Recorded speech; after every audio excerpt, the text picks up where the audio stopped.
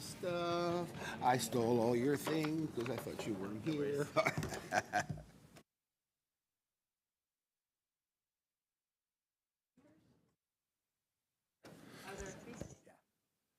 Good morning, everyone. Welcome to this month's Committee of the Whole. It is that's still fast. 9:06 a.m. according to Cupertino Central Time. This is the last Committee of the Whole for the calendar year. Our next meeting will be on Tuesday, January 24th at 9 a.m. More on that later. Most importantly, it's still 0-0, Morocco, Spain in the 97th minute for anybody who is following the game. We have a full agenda, and we're closing this month's meeting with a celebration of Miss Monica Garcia, who has just entered the building. And it's as if we choreographed that, Monica, which we did not. But we have on the agenda a administration of oath of office of a board member. That is actually being postponed, so Ms. Gones will be sworn in the coming days. And then at our regular board meeting a week from today, Tuesday, December 13th, board member-elect Rivas and I will be sworn in just here at the start of the meeting. As a reminder, the annual board meeting has been pushed into the new year, so that will be on Tuesday, January 17th, where we will elect new board leadership, and then stay tuned for who will be chairing next year's Committee of the Whole. But it has been an honor and a privilege doing it this year, and I appreciate my colleagues for being here this morning, but also for our discussions and progress over the last year. We are going to begin with our labor partners in learning, then we're going to do public comment.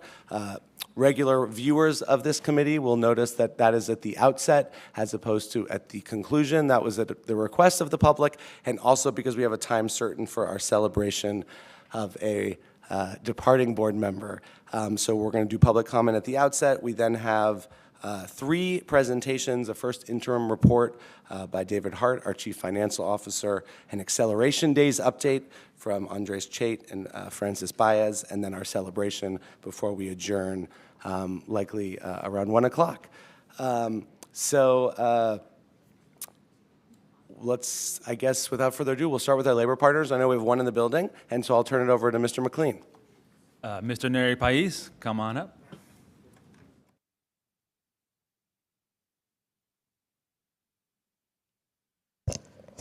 Good morning, and thank you, Nick Mulvoin, for chairing this year, the COW. And sometimes when things are working, it may not necessarily be needed to change it, but we know the protocols of how things work. And of course, Ms. Garcia, your last one, kind of sort of officially. Thank you again for your years here with us. I understand you had a nice celebration this weekend. Good for you, well deserved, well earned. Good morning, everyone. Mr. Nathaniel, Ms. Jackie Goldberg, and the folks behind, of course, Salcido, Mr. Salcido, Ms. Estrada, and Dr. Murphy, and Danielle. Welcome and good morning. I think brief today, we know the acceleration is coming, but I think some of our school administrators are feeling beyond accelerated with the information that's coming their way via email, phone calls, texts, and you get one in the morning and you get a different one in the afternoon to change what you just did in the morning. So those things, hopefully we can, and we know sometimes it's driven by other factors, but just wanted to let you know that is out there, that sentiment that we are definitely on information overload, but we know we're ready to accelerate the learning for our students who so desperately need it. I also saw the sign by the elevator of 5 floors on mask requirement or a warning. Is it time? When are we going to look at perhaps it's too crowded here and look at something different? Not as many people being in the elevators or cafeteria or the other places. So something to consider for those folks who work here and have been affected. Something I've noticed that in the past, it's also been most floors except for the 24th. I wonder what's in the 24th, that outbreak doesn't happen on 24th, but it does happen on 23rd or 25th. So something, whatever it is, maybe let's try it on the other floors, whatever's happening on that 24th floor. And again, congratulations to Ms. Garcia. Thank you, Superintendent Carvalho, for the work you're doing and for keeping that communication line open between ALA and the district. And we're hoping that these acceleration days are successful for our students the rest of the day. Our public comment. Let's do it. Let's jump right in with Xana Gilbert. Xana Gilbert, if you're on the line, press *6 to unmute yourself, and you'll have 3 minutes to speak once you begin. Xana, you're not there. Love Collins, are you on the line? Love Collins, if you're on the line, press *6 to unmute yourself, and you'll have 3 minutes to speak I'm once you here. begin. Hi, go ahead. Can you hear me? We sure can. You have 3 minutes. Good morning. Excellent. Good morning, LAUSD family. I am the parent of a third grade student, and I'm here to implore members of the board and their Curtis, I see you on the line. Just press *6 to unmute yourself, and then you'll have 3 minutes to speak once you begin. Curtis Johnson. Got it. Thank you so much. Good morning, Superintendent Carvalho, Dr. McKenna, members of the board. My name is Curtis Johnson, and I'm a parent of a kindergartner at Brown Elementary School. And I'm speaking today to draw your attention, as are many of concerned parents and members of the community, of the racist effects of co-location at Baldwin Hills Elementary. As a parent of 2 Black girls, 5 and 3, one of the reasons I and my wife Jessica selected Baldwin Hills was based on its noted ability to provide culturally relevant and resonant curriculum, support, and nurturing for Black children. And it's not difficult to recognize why Baldwin Hills has received as many accolades for excellence as it has. It's been our experience that the teachers here care deeply about the holistic development of our children, and we've appreciated the proactivity, responsiveness, and nurturing approach from our daughter's teacher, Ms. Muniz. It was therefore my surprise to learn of many of the challenges Baldwin Hills has faced since this charter school co-location began. The loss of resources, the sharing of space, the treatment of kids from first grade on up has really threatened the short and long-term safety of our children and our community as a whole. Baldwin Hills has experienced direct and indirect harm as a result of this co-location. As you all well know, there are 20 gifted and high-ability magnet elementary schools in LAUSD. Only one of those schools, which is Baldwin Hills, is currently co-located.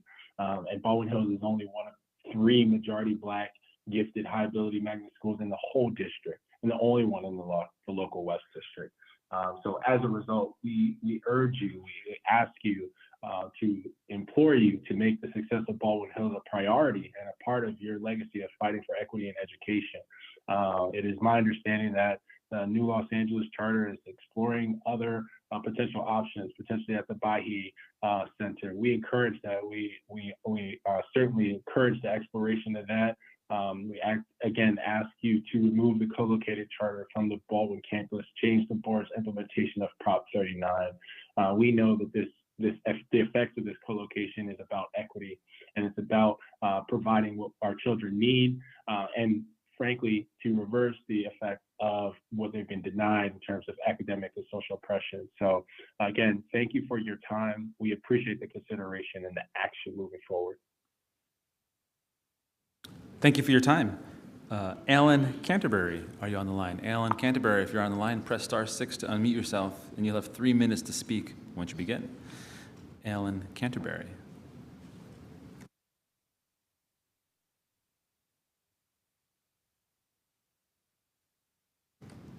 Hi, Alan. I see you're with us. If you press *6 to unmute yourself, you'll have 3 minutes to speak. Alan Canterbury. Okay. Alan, we will come back to you. Cuthbert Peters, are you on the line? Cuthbert Peters, if you're on the line, press *6 to unmute yourself, and you'll have 3 minutes to speak once you begin. Cuthbert Peters. No, Cuthbert. Dr. Amber Marie Irving, are you on the line? Dr. Amber Marie Irving, if you're on the line, press *6 to unmute yourself, then you'll have 3 minutes to speak once you begin. David Horvitz, are you on the line? David Horvitz, also not there. Lucy Garcia, are you on the line? Lucy Garcia, if you're on the line, press *6 to unmute yourself, and you have 3 minutes to speak once you begin. Good morning. Can I be heard? Yes, good morning. You have 3 minutes. Thank you. Thank you for this opportunity to talk with the committee of the whole. I'm from the Climate Reality Project, Los Angeles, and I want to talk about climate education. I just looked at the duties of the soon-to-be hired director of the Office of Eco-Sustainability. The issue of climate education and curricula was mentioned here and there, not with many details and organizational structure. There was much more attention paid to the physical plant, the relationship with, with the facilities division. This is not right. Is this office going to be an aid to the facilities division, or is it going to be a national leader in climate instruction? Our first job as a district addressing climate crises is to help our students understand. Of course, we have to take the lead transforming our campuses, but more important still is developing the best education on climate, its causes, solutions, and the very job opportunities so that our students can bring their talents to bear on all these crucial problems. Hire, please, someone with teaching experience and with a deep commitment to empowering students in these changing and dangerous times. By the way, education reduces personal emissions compared to controls on the average of 2.86 tons per year per student. For LAUSD, that would be about 1.4 million tons of a reduction per year, comparable to installation of solar panels. With our bold decision to teach climate to all students in all classes across 14 years of education, those results will be transformative. That is, if we have a proper framework. The teachers that talked to me, or the climate champions that talked to me last Saturday, the only thing that they had to say was that, other than, I'm glad this was interesting and it was better than before, and it's going forward. So glad this exists. Other than that, they said, but we need a framework. We need to know what it is that we're supposed to be teaching. Are we supposed to start a garden? Are we supposed to start recycling? What are we supposed to do? And one of the things, and three of the classes were about climate justice. That's the kind of thing that the district has to make a framework for and help teachers understand what is central and what is less central. Our students need to have project after project to build their abilities to examine, collaborate, and design effective responses to the extractive economy that brought on this crisis. Students need to be in nature often, sometimes undirected, and sometimes with a good instructor. To this last point, the board must allow much more rapid hiring of outdoor education employees. According to the rules that you have now, those are out of Thank you for your classroom time, Ms. positions. Garcia. We appreciate you. Thank you for your time. David Tokovsky, are you here in person? David Tokovsky. Not seeing you. Isabel, are you on the line? Isabel, if you're on the line, press *6 to unmute yourself, and you'll have 3 minutes to speak once you begin. Karina Lopez, are you in the room? Karina Lopez. Nelly Mendez, are you in the room? Nelly Mendez, are you in the room? Miss Daisy Ortiz, are you here in person? Daisy Ortiz? All right. Day San, are you on the line? Day San, I see you on the line. Please press *6 to unmute yourself, then you'll have 3 minutes to speak once you begin. Day San. Hello, can you hear me? We sure can. You have 3 Hi, minutes to good speak morning. once you begin. Great. Hi, my name is Dave Sun, and I'm the Senior Manager of Education Equity at Catalyst, California. And also would like to represent the Equity Alliance for LA's Kids. This morning, we'd like to thank Board Member Monica Garcia for her many years of visionary leadership and service on behalf of students and families across LAUSD, and of course for our board district too. She's been a champion for equity who fought tirelessly to ensure that Black and Brown students are uplifted throughout our system. Board Member Garcia has been a critical advocate for the Student Equity Needs Index from its inception to pivotal milestones such as the Equity is Justice 2.0 and Equity is Justice 2021 resolutions, all of which has meant bold strides advancing equity with dollars attached for our most impacted and historically underinvested students in the district. She has been a true and authentic partner to the community as she has ensured that their voices are consistently sought out and uplifted, including the development of the CENI. Board Member Garcia's unapologetic leadership has consistently placed students and families first. She's been a trailblazer and pushed the envelope on how we set high expectations for our district and students, from what we can collectively achieve to what investments we need to make that centers equity. We celebrate her leadership both in LAUSD and in the broader movement for equity and racial justice. And we hope to continue building upon her legacy and vision with the incoming elected board member as we continue the vital work to embed a culture of equity throughout all of the district and make it the leader that it is throughout all California and our country. Thank you, and we celebrate you. Thank you for your time. Myrna Castrejón, are you on the line? Myrna Castrejón, I see you're on the line. Press *6 to unmute yourself, and you'll have 3 minutes to speak once you begin. Myrna Castrejón.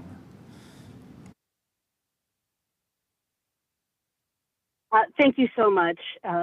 Board members, superintendent, my name is Myrna Castrejón. I'm the president and CEO of the California Charter Schools Association.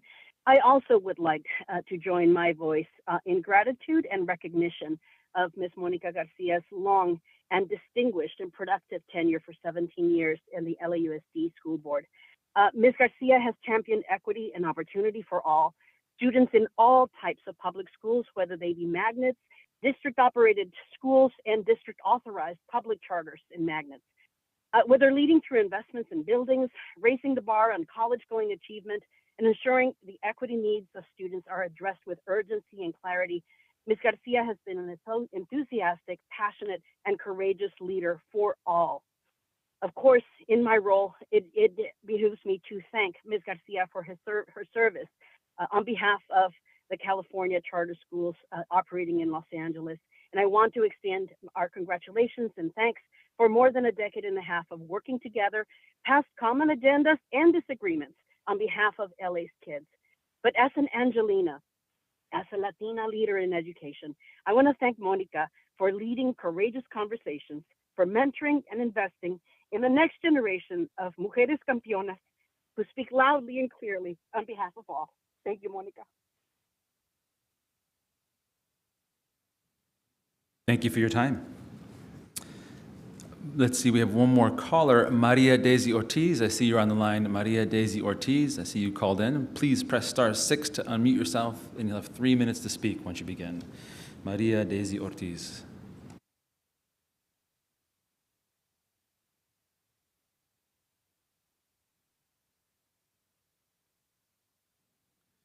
María Daisy Ortiz, por favor, oprima estrellita 6 para hablar y tienes 3 minutos para hablar. Adelante. María Daisy Ortiz.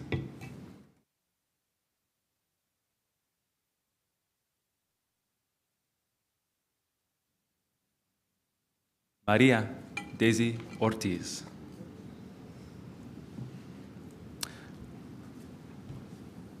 Last chance. Okay. Chair Melvoin, I believe that is all the time we have for public comment. Folks have called in, and we have addressed them all. Thank you. Thank you, Mr. McLean, and thank you to the members of the public who joined us this morning. It's 9:30.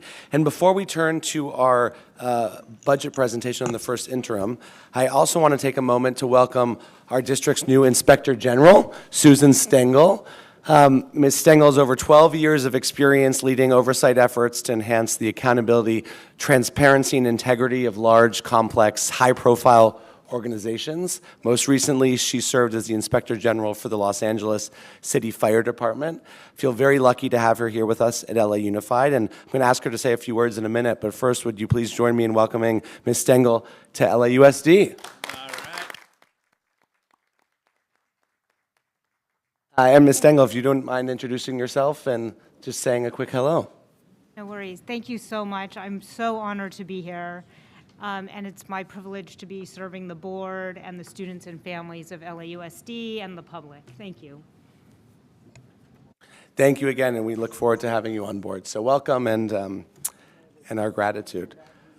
Okay, we are now going to turn to our first presentation of 3. This is the first interim report. We're going to hear from David Hart and his team, who will be providing an overview of the first interim budget. So, Mr. Hart, the floor is yours.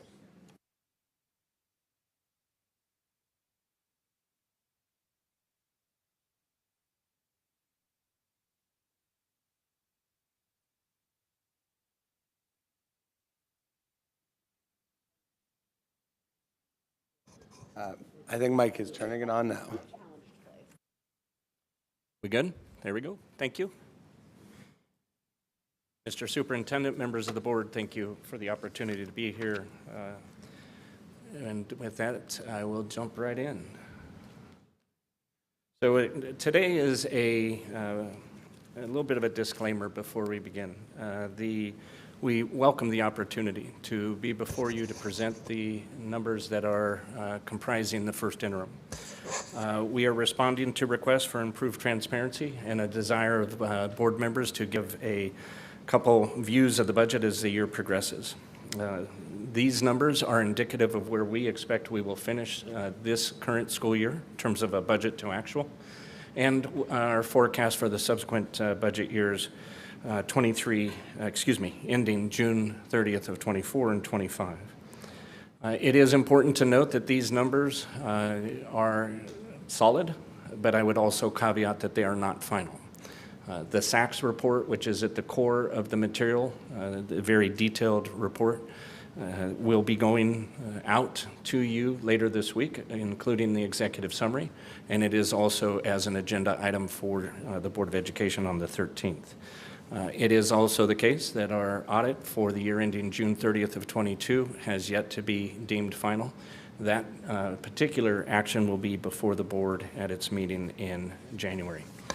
With that disclaimer to say that things are subject to change and are fluid, let's jump in. In terms of the highlights, the first interim report, pleased to say, let's just, if you will, go to the bottom line. We remain in the black. We do expect that we will be able to meet the financial obligations set before you in terms of the forecasts that were contained in the budget adopted by the board initially in June and then revised in August. That said, when you see the SACS report, it can be it can be a study in confusion of numbers. The reason being is that the way by which our system works is the budget as contained in the materials will be the budget as it is loaded as of October. So things that were contemplated by the Board of Education, activities that are reserved for the superintendent to move funds around, those actions as they have occurred then get reflected in the SACS report. So if you're looking to tie it out to the June budget, we can do so in totals, but we will not be able to do so on a line-by-line basis because we are, it is a fluid document. It is meant to reflect where we are at any point in time with both regards to budgets and actuals.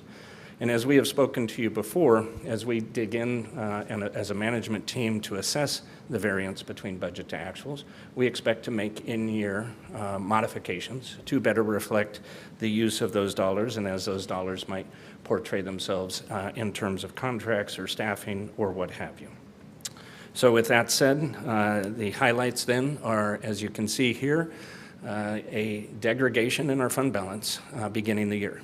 That's an important thing to know because as our fund balance coming in is lower than we forecast, it is not without consequence as we work through the next three cycles to expect that we would have a lower balance than we otherwise would, and that is the case. We do remain, despite that comment, in the black, and we will be before you next week with you having in the interim received the full SACS report, including the executive summary, and we will be seeking the board's acceptance of our financials that we prepare for consideration by the board and your action to pass same on to LACO. In terms of the timing, this is where we are. The budget to actual work that I spoke to you before is in fact a work in progress. We have worked hard to improve how it is we do the accounting necessarily to report on those actuals. That is in fact ongoing. It has been a bit more pedantic.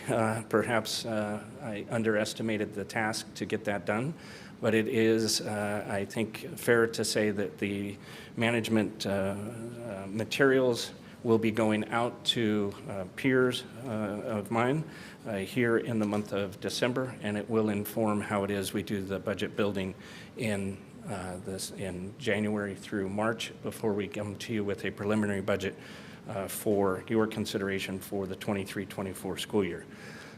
Perhaps the most important element, though, despite any variance we may have in budget to actual, is to see, in fact, what the governor proposes in June. We are about a month away from receiving that forecast, that budget. It is worth noting that the initial reports out of the Legislative Analyst's Office shows a loss of $25 billion in forecast revenues. That will be of consequence, I am sure, for the state. The question for us will be, to what effect is that impacting K-12? The current read is that the state has an adequate balance to offset that loss in forecast revenue. It is our hope that they, and an expectation that the covenants, if you will, of Proposition 98 will be honored, and we will receive the funding that would then be contemplated by a budget adopted by the state in conformance with that proposition. However, what will be unclear until we actually see the budget in January, and as that works through the state's legislative process, the final budget that is adopted in June, what does this mean for the usual infusion of one-time funding? We have sort of colloquially referred to as categorical-esque type funding. Will that or will that not be maintained as we had forecast when we adopted the budget in June? And moreover, to the extent that is the case and they hold by the forecast of a loss of $25 billion, the question will be, what does it mean for the state's reserves? If you see the state maintain everything that I just spoke of as if there wasn't a loss in revenues, that would be a strong signal that they think that it's a blip, an anomaly, and that the economy will recover soon enough that they can replenish the reserves. I'm a bit skeptical that they will take that path. I think it is more likely that we will see some sort of reduction in state funding. That is the to be told, and they will seek to hedge the use of their own fund balance to preserve flexibility for them in the future. The specifics of what I'm speaking to are contained on this slide. Other things to note in terms of the fiscal outlook where we have a bit more control has to do with our enrollment. As we spoke of previously, we had forecast in rough order a loss of 20,000 students. We were pleased to report that that was overestimated, that in fact we are closer to a loss of 9,000 students. But the fact of the matter is, well, better than forecast, we still had a loss of 9,000 students.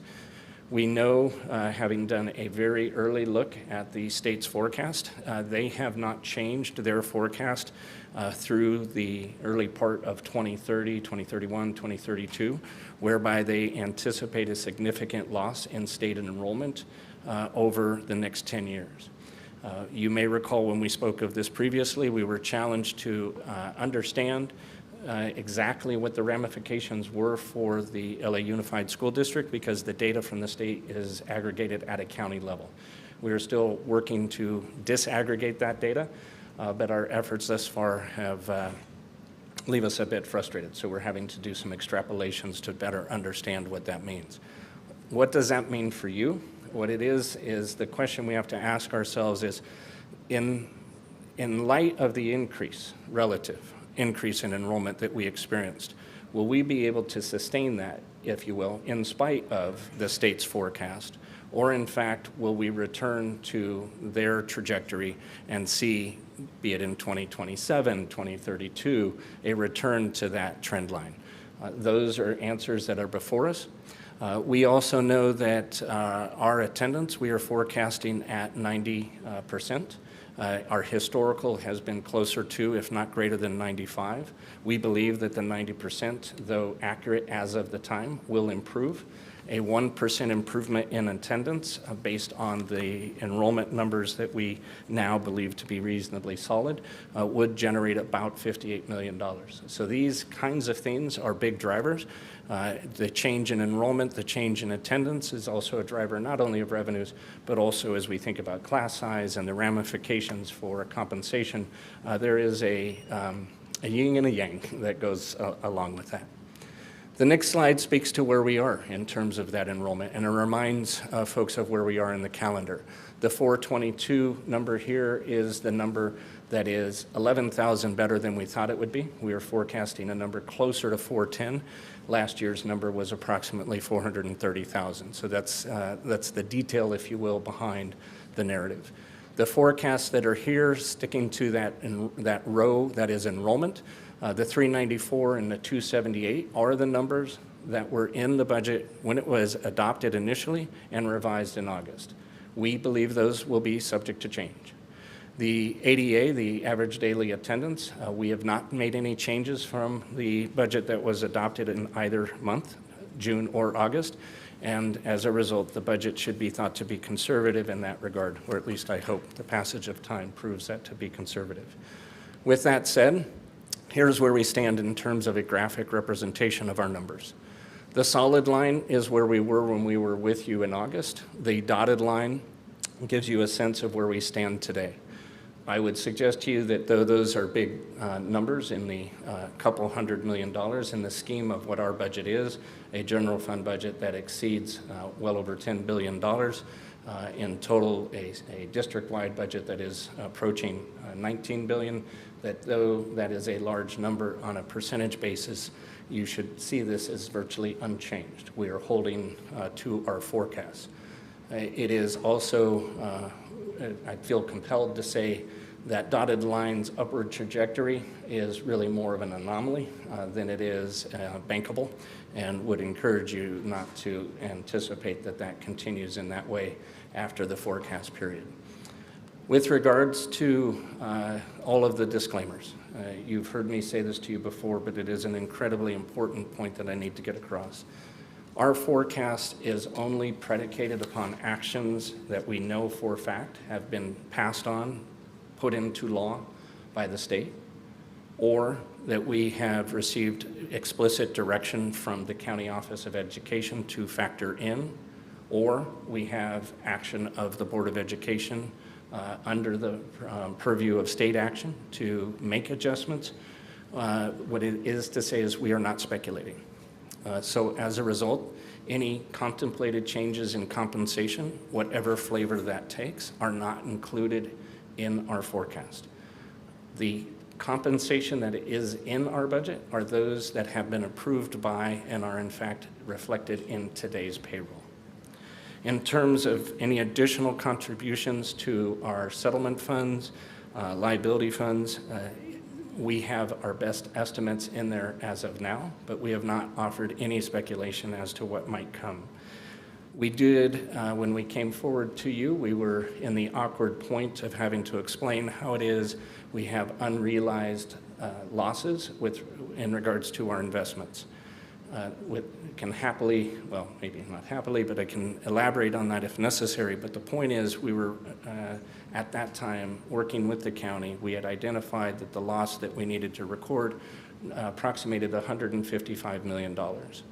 At this moment in time, that loss of $155 million has grown by about $65 million to, I'm going to round numbers, $210 million.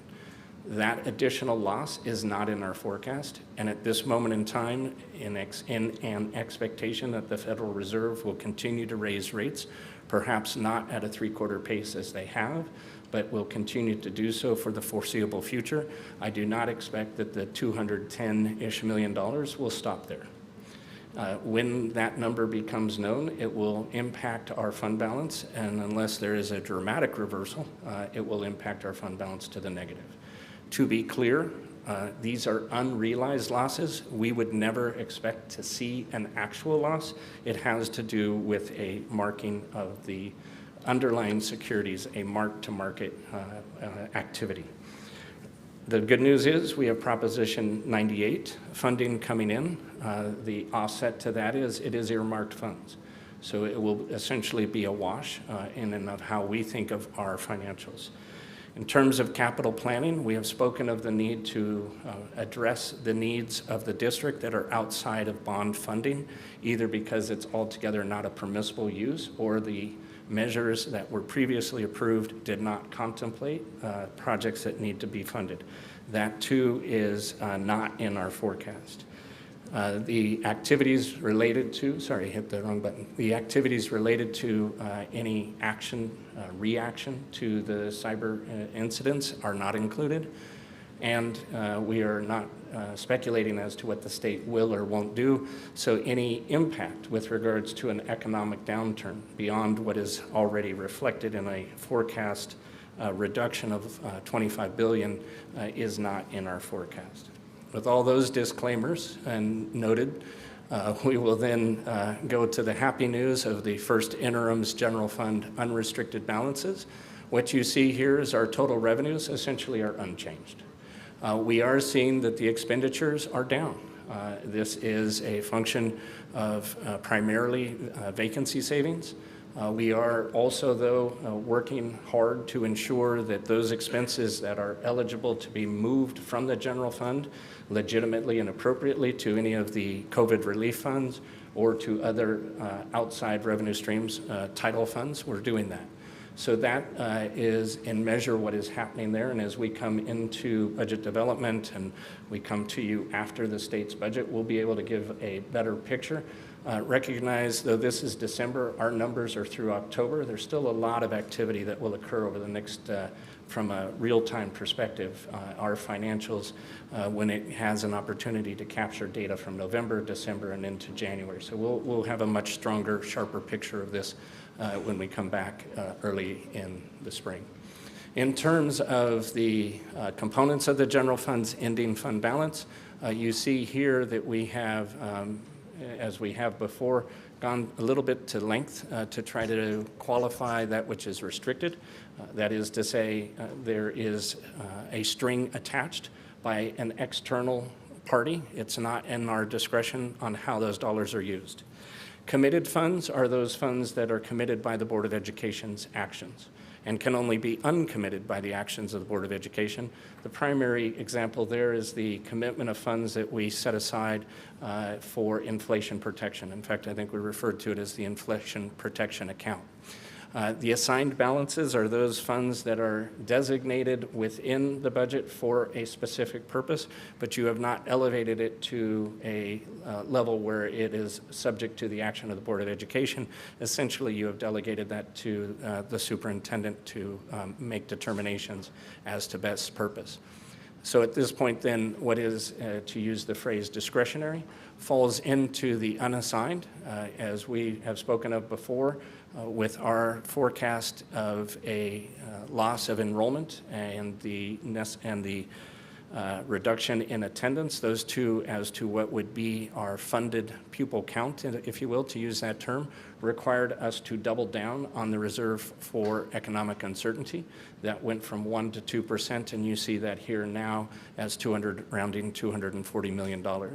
The then undesignated amount is approximately $140 million. As I noted at the outset, that amount is down from what we had forecast when we were before you in August. I would tell you that on a month-over-month basis, I can't even go to year-over-year at this point, the materiality of the difference should not alarm you, but you shouldn't also disregard it at all. The commitments that we have made also include, and it's worth noting, the commitments that were required by the board with regard to CENI and the acceptance of the Board of Education's commitments that we would honor a contribution to OPEB at $211 million each for the next 2 fiscal years. A footnote here. When we made those commitments, you may recall that I spoke of the dollar contribution on a pay-as-you-go basis to OPEB was approximately $230 million. That our actuarial report suggested that it should be closer to $440 million. So as a result, we made the additional contributions in cash of $211 million. It will be also in the spring that we receive the new actuarial report. It is possible, I suppose, that the essence of that report would not change our forecast. I'm skeptical of that. I anticipate that the dollar contribution will grow, and we will need to see whether our pay-as-we-go at 230 holds, and then do the math to say, what is the total? Is it 440 or is it grown? I expect that it'll grow. The 230 is probably likely to remain pretty constant, and the point being is the 211, if we're going to stay to the script, we would then need to up the amounts that would be contributed there, and that would further come at the expense of the undesignated balances. I don't think we're supposed to be at the end here. There we are. So with that, happy to field any questions. Do note that you will have the full SACS report and that executive summary in the days ahead, and we will be back before you next Tuesday if it is your pleasure that we would cover that in any detail. Great. Thank you, Mr. Hart. Appreciate it. We'll now turn to board member questions or comments. Mr. Schmerelson. Yes, on the PowerPoint sheet for budget timeline, Yes, sir. where you announce the school carryover for 2023 to 24, do you know more or less what the percentage of carryover will be back to the schools? Will they get 50%, 80%, 90%? I do not anticipate that our practice of the last 2 years will change. You may recall, to refresh on that, we committed 80% is my recollection in February and then did a reconciliation in the fall. What I'm less clear on at this point, Board Member Schmerelson, is what that dollar amount will be. But I don't anticipate that the percentage or timing will change. Okay, thank you. I appreciate that. Let me see. Go ahead, Jackie. I'll go next after. Okay, Ms. Goldberg. Yes, a lot of people are asking me when the ESSER money ends. And we've been told 24. But is that 23, 24, or 24, 25, or both? Appreciate the question, Board Member. Thank you. The answer is each of the components of the COVID relief dollars. So we spoke of ESSERS 1, ESSERS 2, ESSERS 3. Long story short is that the latest you can go with ESSER 3 is to go into the fall of 24. However, for you to be able to release dollars in the fall of 24, the commitment has to have been known and recognized by, I believe, June 30th of 23. Okay, so Or June- my I misspoke. interest is in planning for that. Right. And I'm not asking you to do it now here on the spot, but I would like us to be able to see before we get to that point what it is we have to do to reduce our expenditures now that this money is going away, what it is impacting and what is not being impacted, if you know what I mean. I do, and I agree with you. And just a quick correction, I misspoke. We'll have to, I'm going to make up the date. I'm going to say it's September 30th of 24. It's June 30th of 24, not 23 for the ESSER 3. Okay. We will be bringing forward, as we have in the past, we will have some detail. You may recall the colorful bar chart where we disaggregate the total of the COVID relief funds by the particular actions of Congress. We'll attach the dollar amounts associated with that in terms of both budget and actual, so you'll be able to see it. And you'll also see, if you can envision that chart, as it went left to right, the extension to the right was based on the date that those funds had to be committed by. We will refresh that and have that for you soon. It's going to be core to our I'm hopeful process. that before we make those final decisions, that we will have had some evaluations of the things that have tried, because some things worked, and I would like to see us make sure that we use our general fund to continue them. Some things did not, and those are the things I would say we should be cutting the budget for when we're running out of those funds. But I think we need some sort of evaluation on what things we've seen made progress and with whom. For example, you know me, I'm a person who will talk forever about the far below basic as opposed to the below basic, because they need a very different kind of approach, I believe, personally. But are we going to be able to focus on that anymore after this? So I'm hopeful that together we will see before that September date that you think may be it, but before then, that we'll have some look at where we are with how we spent the money, what made sense, what worked well, what, if we tweaked it, would work still, and what, just didn't make a lot of progress. Those are the things we can get rid of. Now, we have put aside a fund for inflation, I believe, correct? How much is in that? I want to say I'm going to round numbers. I think it's 885 million. Okay. 800 even. Okay. Are we seeing it being encroached on yet? We have not allowed for those funds to be tapped. Okay, so that's a good spot to look at when we look at what to save and what to keep, and whether inflation, as some are predicting, is beginning to go down. We can maybe look at that. I have a little bit of misunderstanding about something. So you're saying that in the 22-23, the ending balance is $230 million lower than reported in August, and 123 million and change lower than the budget as of October, but the multi-year outcome is higher.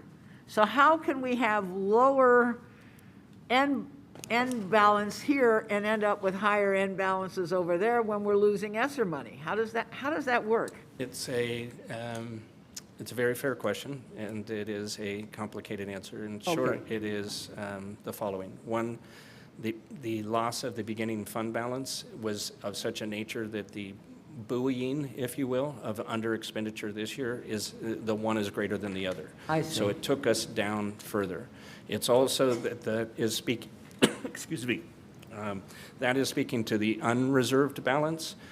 Some of the savings, in fact, a lion's share of the savings that are above the line, if you will, are into either designated or committed funds. So if you were to look at what we conveyed to you in either June or in August, or as it's reflected in our system now in October, the assigned, committed, and restricted funds are all in a different place than they were. So we're only speaking to the undesignated, unreserved balance. Okay. Where you're seeing that underspend, it's coming from other pots. Got it. Okay. You said that one of the factors not reflected is the Prop 28 arts education funding. That is correct. Is that funding going to require us to continue to spend what we're already spending in arts education, or can it be used instead of funds that we're already spending and release those for other uses? Again, a complicated answer, board member, and I'm not trying to No, that's all right. to do it. The way we read it is it has to supplement and not That's what I supplant. thought. Okay. Now That's there- what they usually do, so I just was curious. So this will not provide any relief, but it will provide additional funds for arts education. It will depend on, as you are an experienced legislator at multiple levels and fiscally astute. That is our task. Okay. Finally, not today, but I would like to have some time to understand this unrealized loss on cash balances a little better. What is real and what is on paper, but Yes. not today. But I just want to If I put might, that- board member, Go ahead. we do have a briefing with you, I believe, later this week. We can Okay, speak to we it at can that take it time. up then. I would also say I do not expect at this moment in time that any of those dollars, whether it's a dollar or in the hundreds of millions, that we will ever experience in fact, loss in our That's what I thought, corpus. but I still don't understand quite the mechanism, so maybe when we have time, we can take care of it. Thank you very much. I'm done. Thank you, Ms. Goldberg. Mr. Schmerelson, did you want to quickly finish your Yeah, inquiry? Jackie, you made a very, very good point about how do we know what programs worked and what programs didn't work. And in my recollection, the best way is to go to the schools and find out through the schools what worked and what did not work. I don't know if we could break it down to maybe our 4 local regions, we all have one, and ask our principals, our teachers, what worked and what didn't work, because they'll tell us honestly. Oh, yeah. And we can certainly report back, because we should go to the source, really. Well, I was hoping that something like that would happen even at the COSA level. Right. Where the COSAs would say to the schools, okay, we're getting ready to figure out a budget here. What do you have to keep? What didn't do you any good and you spent all this money on? What could be tweaked? And let's see if we can gather information at the source and then put it together, because I think we can't continue as if this money is going on. Correct. It's not. Correct. But I Correct. don't want to lose things that we learned that worked. And I And- certainly don't want to keep funding things that we always keep funding, but it's not showing any True, progress. and it'd be interesting to know things that may work at one That's region true. and not another, and how come? That's true. Was it the presentation? I don't know. Thank you for letting Thank me you. have crosstalk. Yes, and I know the superintendent wants to chime in on this very point, so Mr. Carvalho. Yes, thank you very much. So Board Member Goldberg, very, very good question. If you recall, as part of the realignment and the reorganization strategy, we proposed and you agreed that it would be important for our district to have an additional layer of protection specific to accountability and audit. Part of that entity's responsibility is to conduct exactly what you are proposing. So it's an efficacy analysis, it's an impact analysis of programs, investments that this district has made, with first and immediate concentration on the totality of the COVID-related investments, which, when you account for state and federal investments, total around $5 billion. With that said, we need to be mindful that a significant portion of those investments has been dedicated to personnel, to staff. There's a good element to that, and there's a bad element to that. During this very, very tight job market, despite the intention, that investment in personnel has not necessarily materialized effectively in the timely and prompt hiring individuals, which David detailed, and carryovers at school sites, beyond school sites, because the positions are there, but the bodies, the talent is not. This is not an LA-specific problem. It is a state and national problem.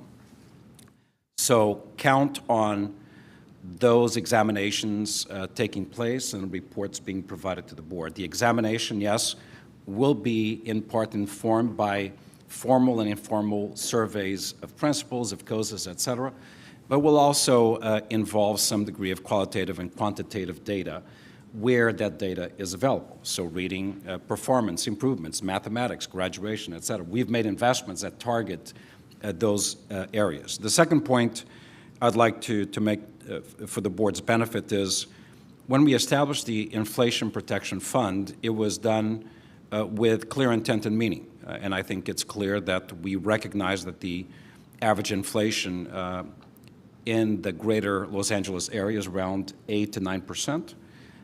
It has declined slightly, but we don't expect it to decline significantly and fast enough.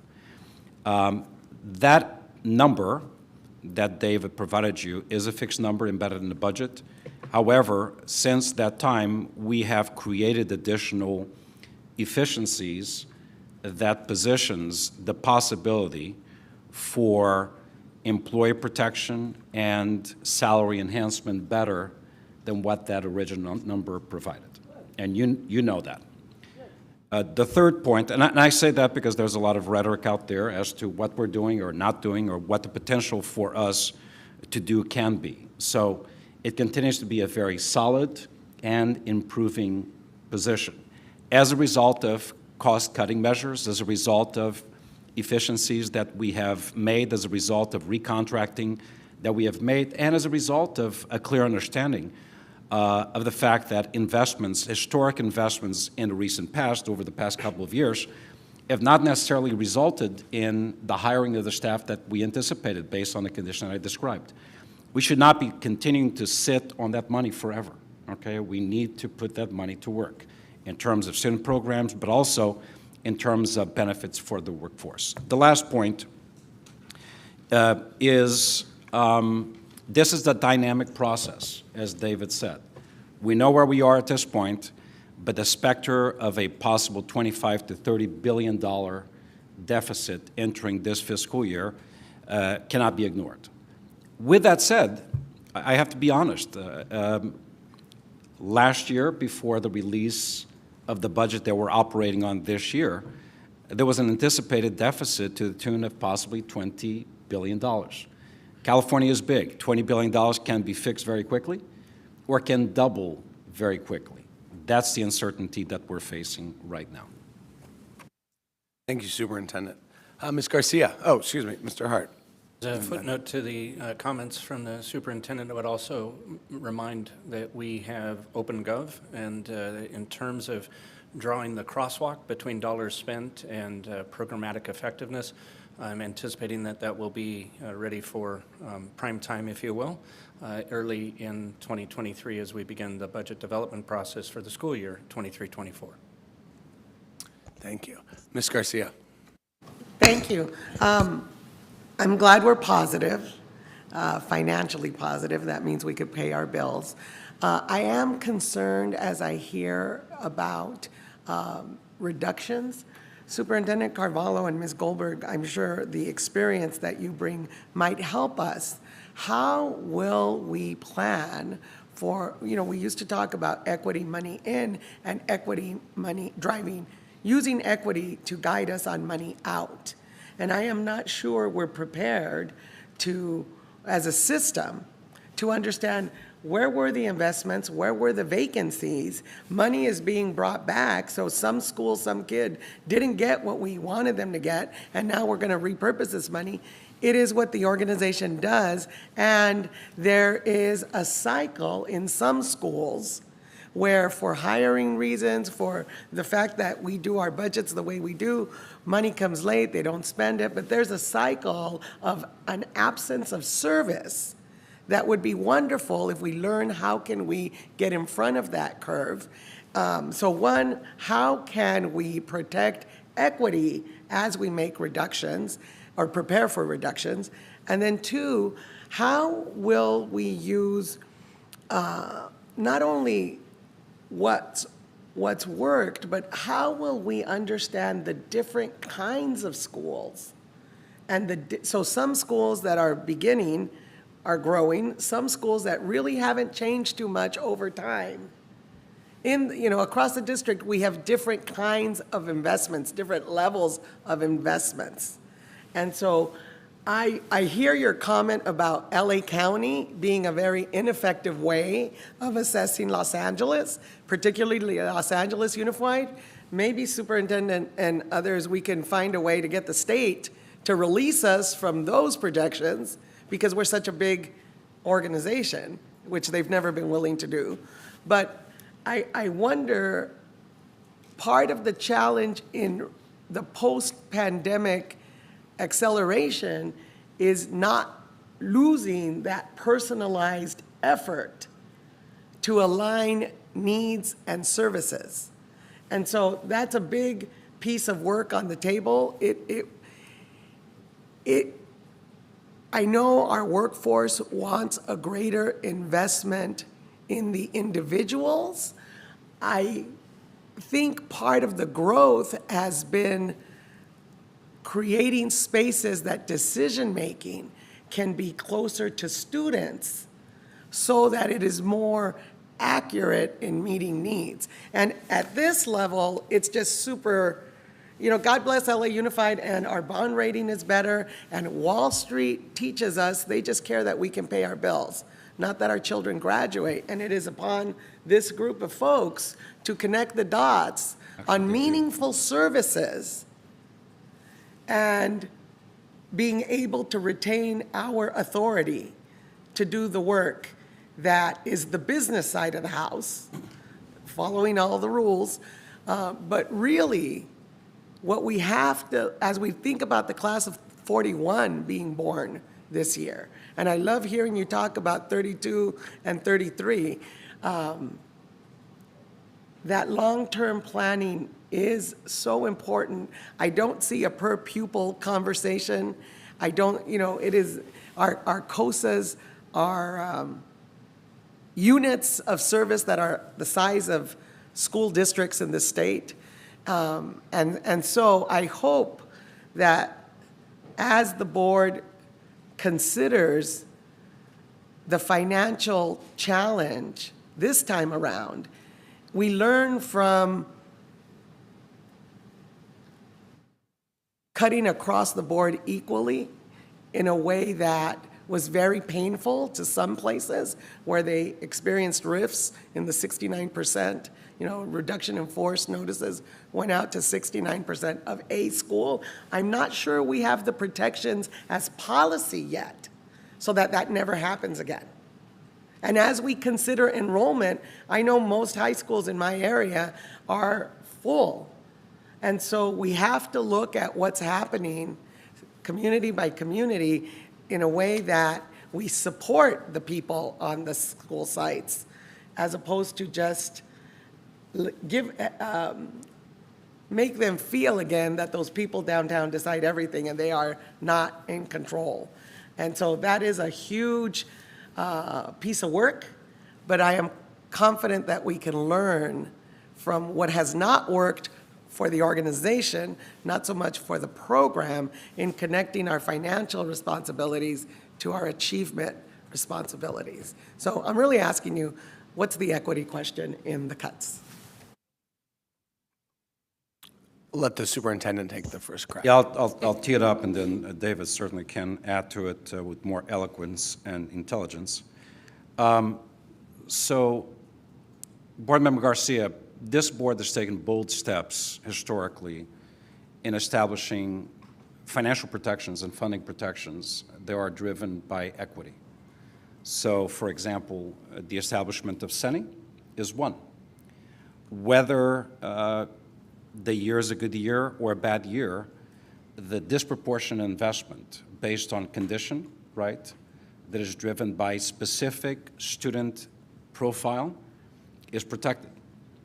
So there will never be, at least under this administrative team, and I think this is the wish and will of the board, a time when cuts across the board will be affected. Just like there will never be a time when the money is flowing aggressively, where investments across the board without strategy or proportionality to student condition would be made. So the protections are there. And in fact, under this year's budget, we augmented those protections and investments, not across the board, but targeted on the basis of student demographic profile, looking at student academic performance by school, looking at percentage of students at or below the federal poverty level, looking at the percentage of English language learners in that school, students with disabilities. All of those investments, if you recall, during the budget approval, were targeted and disproportionate based on augmented funding, based on individual student conditions, and then the cumulative impact of those students in that school merit that additional funding. I could speak about how that translates in terms of additional investments into the 100 most fragile schools in the district, where we're making the first investments in terms of art and music, where it currently does not exist, and guess which schools those are? It's always the same schools. So the protections, I can assure you, and I know this is important to you, and it's good for you to hear as you transition, is that those protections are in place, those protections will remain in place, and those are financial and funding protections of equity. There will never be equal funding for all. There will be equitable funding driven by student condition, and the cumulative impact of those students in any one school will result in a plus investment, a plus investment, or average investment on a basis of that combined condition of students. That's what good school districts do, and that's, quite frankly, a policy that this board has adopted a number of years back. And one additional point merits declaring.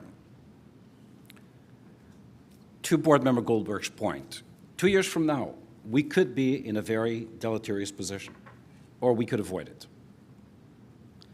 I am one, and I said this yesterday in an interview, who believes that there ought to be a balance between what we promise and offer today from a financial perspective and the personnel impacts down the road, which should be anticipated. That's anticipatory leadership. That's what we're paid to do. I don't get paid by the hour, I get paid by the judgment. And I know sometimes it is difficult, sometimes it is a journey that we have to travel, but shame on me if I agree to something above and beyond what is prudent that may result tomorrow in detrimental impacts to the workforce. Simply said, I can pay you a lot today and fire a lot tomorrow. Not a good practice. So, over the next 2 years, we will follow a number of premises. Number one, we are scaling down the expenditure. Number one, we're going to accelerate the expenditure of ESSER in a very strategic way. We're going to examine the impact, but then we're going to begin the deceleration, the de-escalation of expenditures associated with ESSER because they're timed out. At the same time, we're going to do that looking at a parallel personnel human resource trend line, meaning let's calculate carefully the rate of attrition, retirement, separation from the position, so that we take advantage of that gap and tie it to the decrease in funding. That is the way you avoid a fiscal cliff. That is the way you force the liability decline to be in tandem with your workforce profile, not putting people at risk. That is our plan. Add to that the third element, which is on the basis of projections and current reality and efficiencies, let's ensure that we reward our employees with adequate compensation that minimally addresses the inflationary local pressure and then provides also for the stability that we need as far as our workforce in terms of a reasonable salary that retains, incentivizes, and promotes the viability of our district from a quality workforce perspective. Not easy, but absolutely doable. Thank you. Ms. Gomez? Thank you so much. A lot to chew on there, but appreciate the presentation. I did want to follow up just on the COVID relief point. With this budget that we're looking at, or the first interim, wouldn't really reflect the cliff that we expect is coming. Wouldn't that be in the budget that we are going to be considering in June, where we would really see the impacts of no longer having the COVID relief dollars being available? The short answer is yes. Our forecast period is for the school years ending June 30th of 23, 24, and 25. In that sequence of fiscal years, our school years, those dollars that you're speaking to will not be, by and large, they will not be present in the 24-25 budget in a material way. You'll see those committed through 23-24. To the extent, this is the point making to Board Member Goldberger earlier, if we're expending monies in the late summer, fall of 24, it's because we made a commitment in the 23-24 school year. Yes, it's in there in terms of a cliff. What we show is a loss of that funding. I would suggest that to the district's mantra of the third year never comes. Part of what we're doing is we are forecasting the loss of those revenues. In this instance, the big driver is the timing out of the various COVID relief funds. We have had this conversation before with regards to a degradation in state funding and or a loss in pupil count, either in enrollment or attendance. I think the point that I'm trying to make, Board Member Gomez, is the effect of whether it's a cliff or a glide path that is smooth and uneventful has more to do with what happens behind those numbers. It's clearly in our forecast. To the comments of Superintendent Carvalho, it is our challenge to ensure that that is as seamless and without disruption as possible. Absolutely. Yeah, and I think for me, it's just about contextualizing the numbers that we see today, right? I mean, you could look at a higher projected ending balance in 24-25, but I think the really important footnotes on all of these are the loss of those COVID relief funds that are projected to be extinguished, the projected state deficit, and a looming recession, and just really ensuring that yes, we have the resources today, but there is a lot of uncertainty, and January and June, I think, will be very telling for us. I might offer perhaps a sharper answer. When you're referring to those exact numbers, those are the undesignated the funds not committed in our undesignated unreserved general fund. The point to make in that is even at the prior number when we were coming to you in June, it was a $400 million number. Now we're at the 139.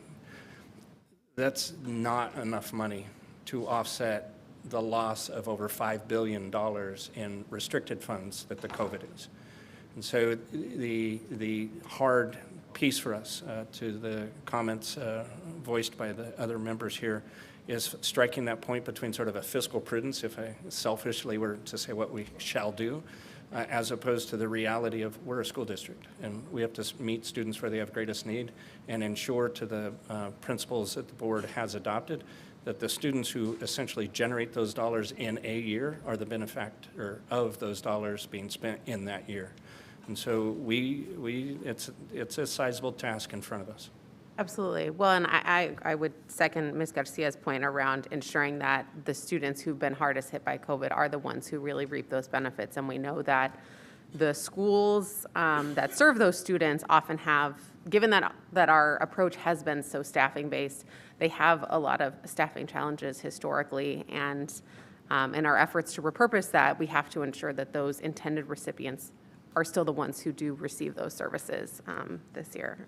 I very much agree. I would also offer that perhaps being redundant, but this is why it's so important if we can find eligible, legitimate general fund expenses, move those to COVID, that will then enhance that bottom line on the general fund so that as the COVID funds time out, monies that otherwise would have been expended from the general fund, in fact, were expended from the COVID relief dollars, sparing the general fund to be used in subsequent periods. That is part of our strategy on how to create that glide path.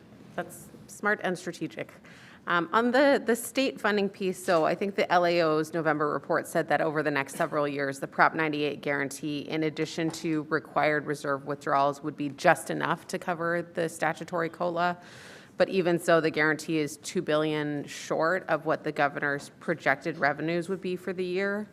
And I think the report also outlined that, one way that the legislature could adjust for that is by reducing one-time grants or grants that will be allocated in installments over the next several years.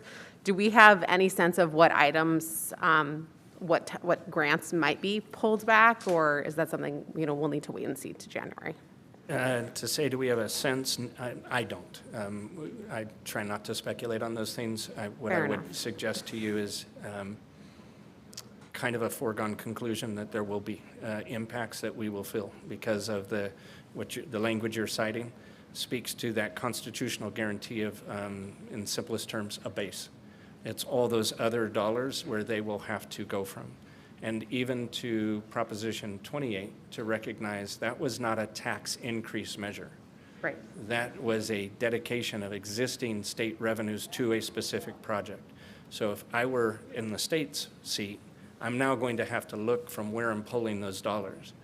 They will go to the expenditures that are not constitutionally protected.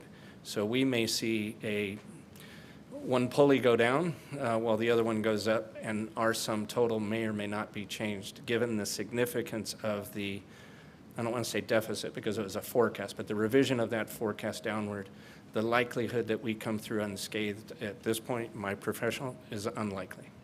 I would say it's remote. Right.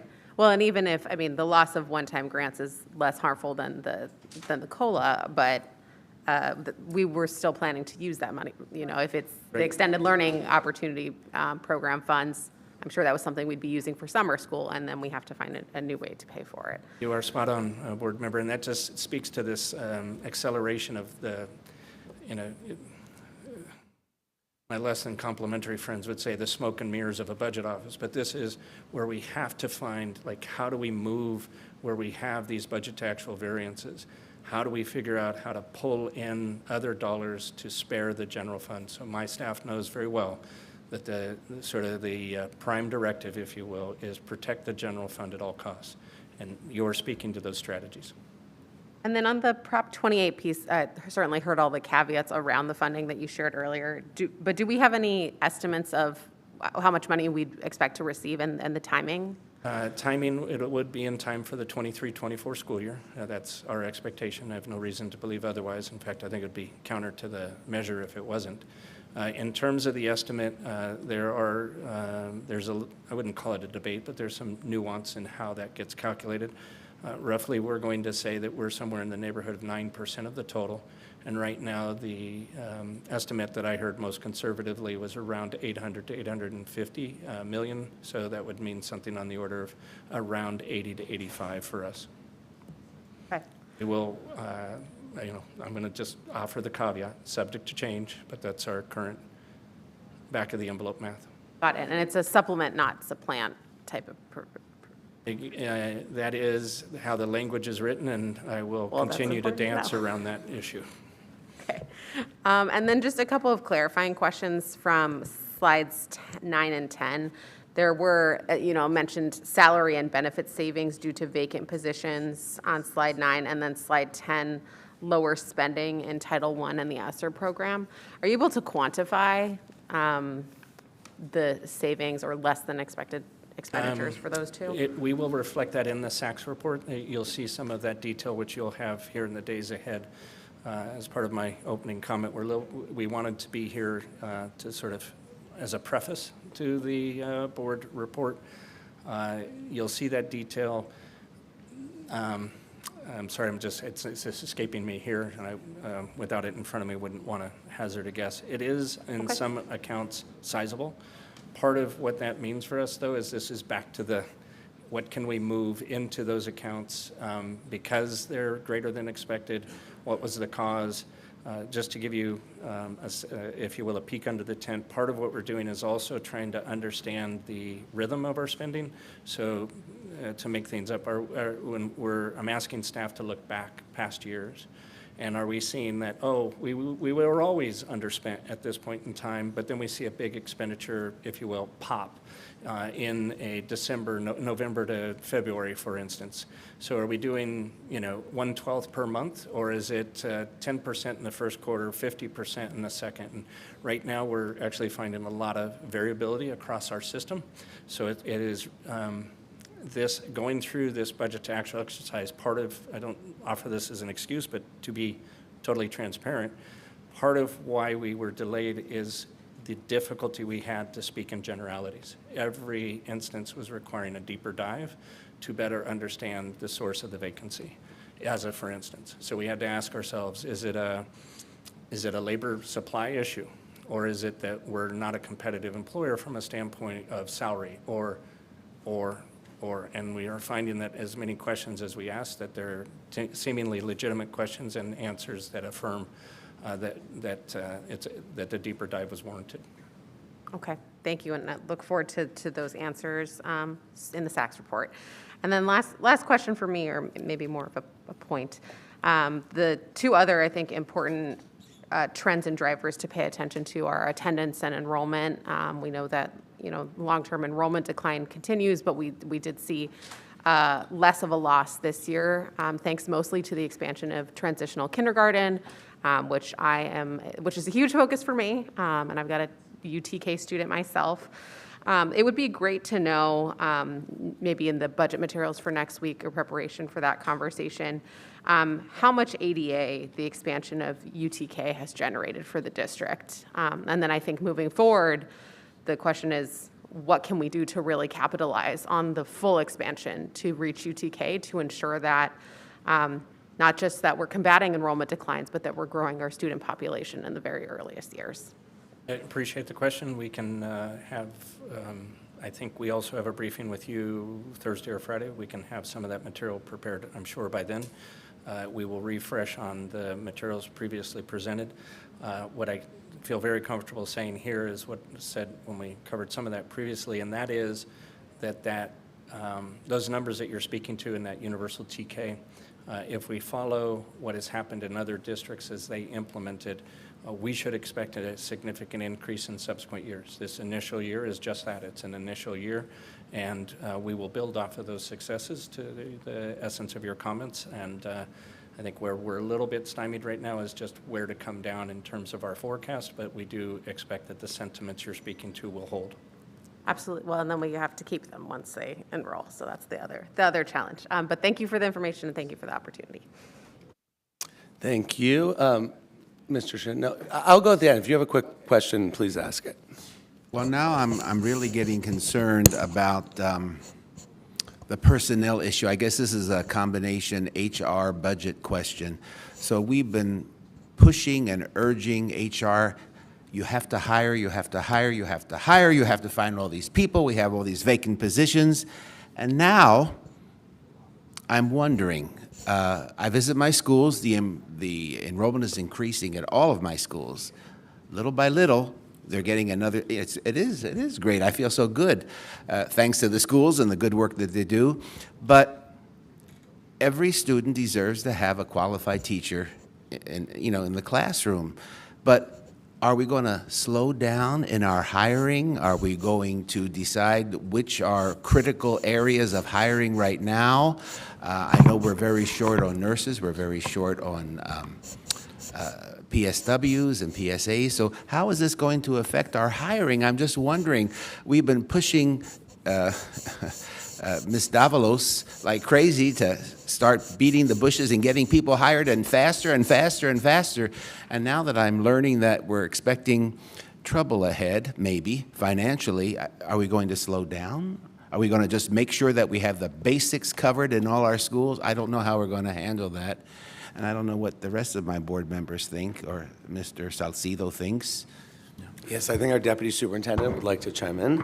Yeah, I think as we're looking at our staffing strategy, and we've been pretty transparent in that priority has been to backfill and ensure that we have a certificated, qualified educator in the classroom. And the prioritization has been to ensure that that is happening first and foremost.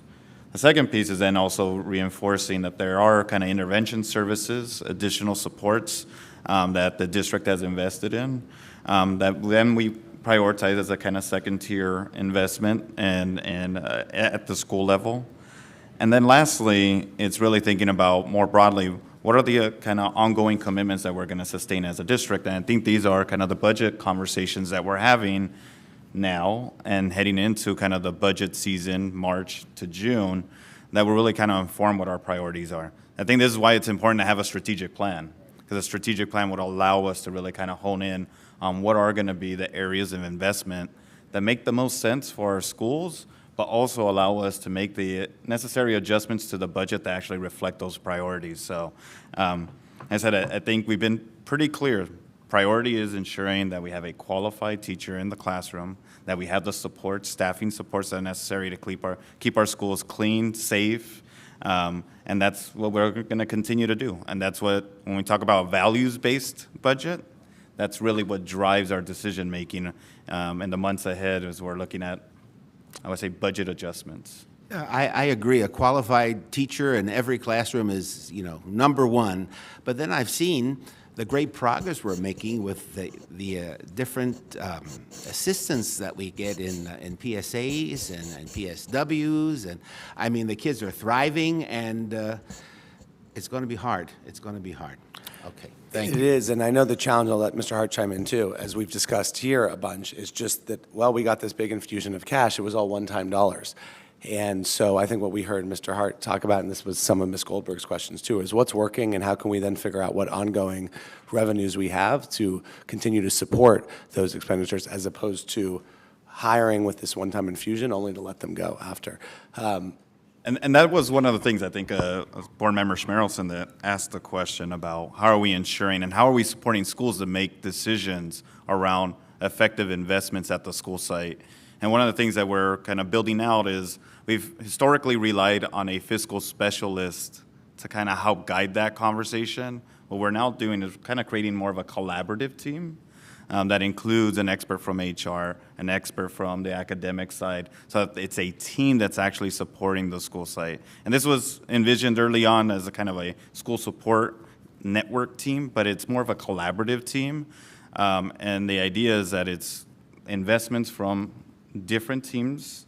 We're talking about human resources, the Division of Instruction, from budget to really help schools make informed decisions. OpenGov is one way of telling the story of how our dollars are actually making an impact, but we also have proven evidence-based practices that our teams have identified early on that we know are impactful at the school site. So we just need to make sure that we actually provide that information and actually support our schools to make those important decisions. Ms. Hart? Just as a footnote to the comments of the Deputy Superintendent, would simply say we see those elements as non-negotiables, the effective instructor in a classroom. And the other sort of challenge that we have is this is a universal challenge. It would actually be easier if it was just us, but it's a larger labor market that we're trying to solve for. Thank you. A few comments and questions from me, but appreciate the presentation and my colleagues' questions, many of which addressed mine as well. Love to hear a date-ish for OpenGov going public. I heard early 2023. So I will quote you on that. Sure. And I know we're working to kind of at least create some harmony or crosswalk with open data as well. You know, giving me a date, I'm tempted to say December 31st of 2023, but I heard early 2023. That is by no stretch early. I'll do this. I'll say we have, my recollection is we're before you on the 17th with the annual financials. We will have something to present at that time.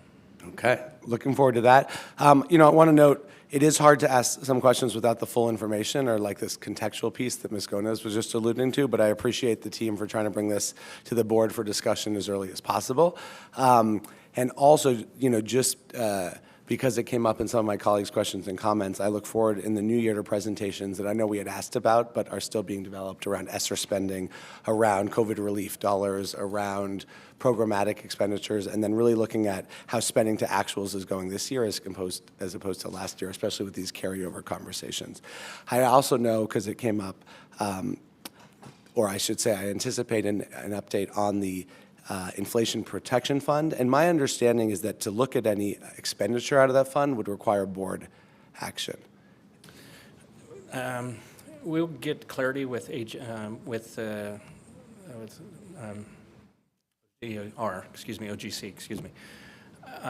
We've had a little bit of debate by this because if the budget was approved with that as a committed, essentially an earmarked dollar, and then we use the monies for what it was contemplated by the earmark, is that a subsequent action in terms of the formality of the budget?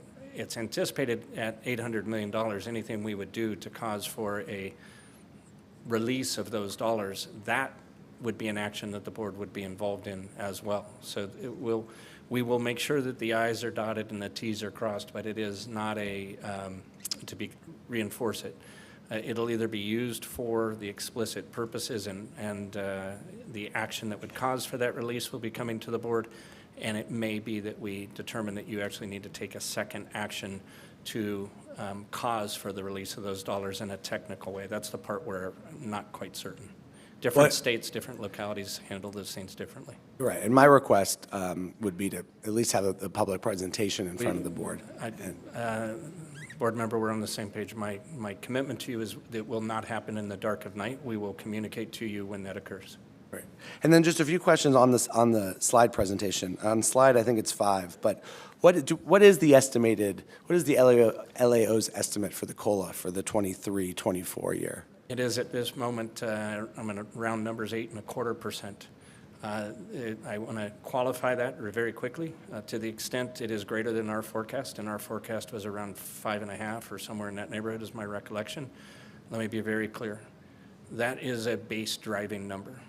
The conversation that was happening a moment ago, to the extent that drives the base up, the likelihood that there is offsetting reductions elsewhere also goes up. The state cannot. Say that again, because I think that's a really important point. But to the extent the COLA is greater than our forecast, and that would be, in this regard, I would say any financial officer's forecast. When you have those base driving elements that in the computation of what you're committed to spend go up, at the same time as your overall revenue picture is constrained, you have to make an offsetting reduction. So the likelihood that the one-time funding, the categorical-esque type funding that we have been speaking of remains intact and unscathed is almost a fool's errand to believe that that would be the case. We will see reductions. Yeah, I was going to say it's a formula-driven item. So once that formula kind of puts out the output of the COLA, the legislature then and DOF will take that and say, okay, we at the very minimum have to do this. And then anything above that is discretionary in their eyes, and they have to make decisions and trade-offs. So generally it comes at the cost of categoricals. It comes at the cost of one-time dollars that are committed in the prior budget. And I think that's what creates the uncertainty. And so we'll have a better sense come January and the discussions in March. Understood. And then also on that same slide, Ms. Gones asked for a follow-up on UTK. Do we know the enrollment decline being less than forecasted? Do we have that quantified for this school year yet as a dollar figure? Like, because our enrollment was better than anticipated, how much have we saved? The short answer is we do. I don't remember it off the top of my head. We'll have that next week. Because I think that would be helpful too. I mean, this number of 1% increase in attendance going to 58 million, we have a sense of the per pupil with enrollment, but the more that we can quantify that, especially as we're doing a push for enrollment and attendance with our schools, I think that could be helpful. We certainly can give an order of magnitude, but to also remind, that won't impact this year. That's impacting our forecast, and that is in our forecast already. Yep. But the actual dollar differential, we will identify how this year relative to the averaging over a multi-year period plays through our budget has been factored in. I just don't remember the exact dollar amount. And we are down, if I'm correct, about 11,000 fewer students than we had anticipated. Does that sound right in terms Correct. of? We were rounding of numbers. Board member, we were at 430 last year. We anticipated dropping to 410. We're at 421. Great. And then speaking of projections, on slide 7, you know, the unassigned, undesignated ending balance is only one category of the budget. Can you just explain for the public, like, what are the other categories that aren't reflected in this, that multi-year projection? Guys, pull up the slide. Yeah, I'm sorry, I think that's slide 7. I don't have a number on, this one.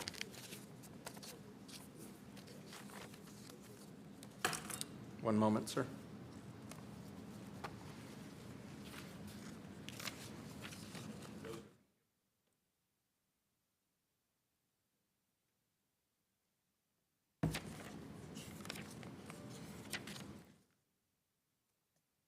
Can we turn the mic up a little bit, Mr. Hart's mic?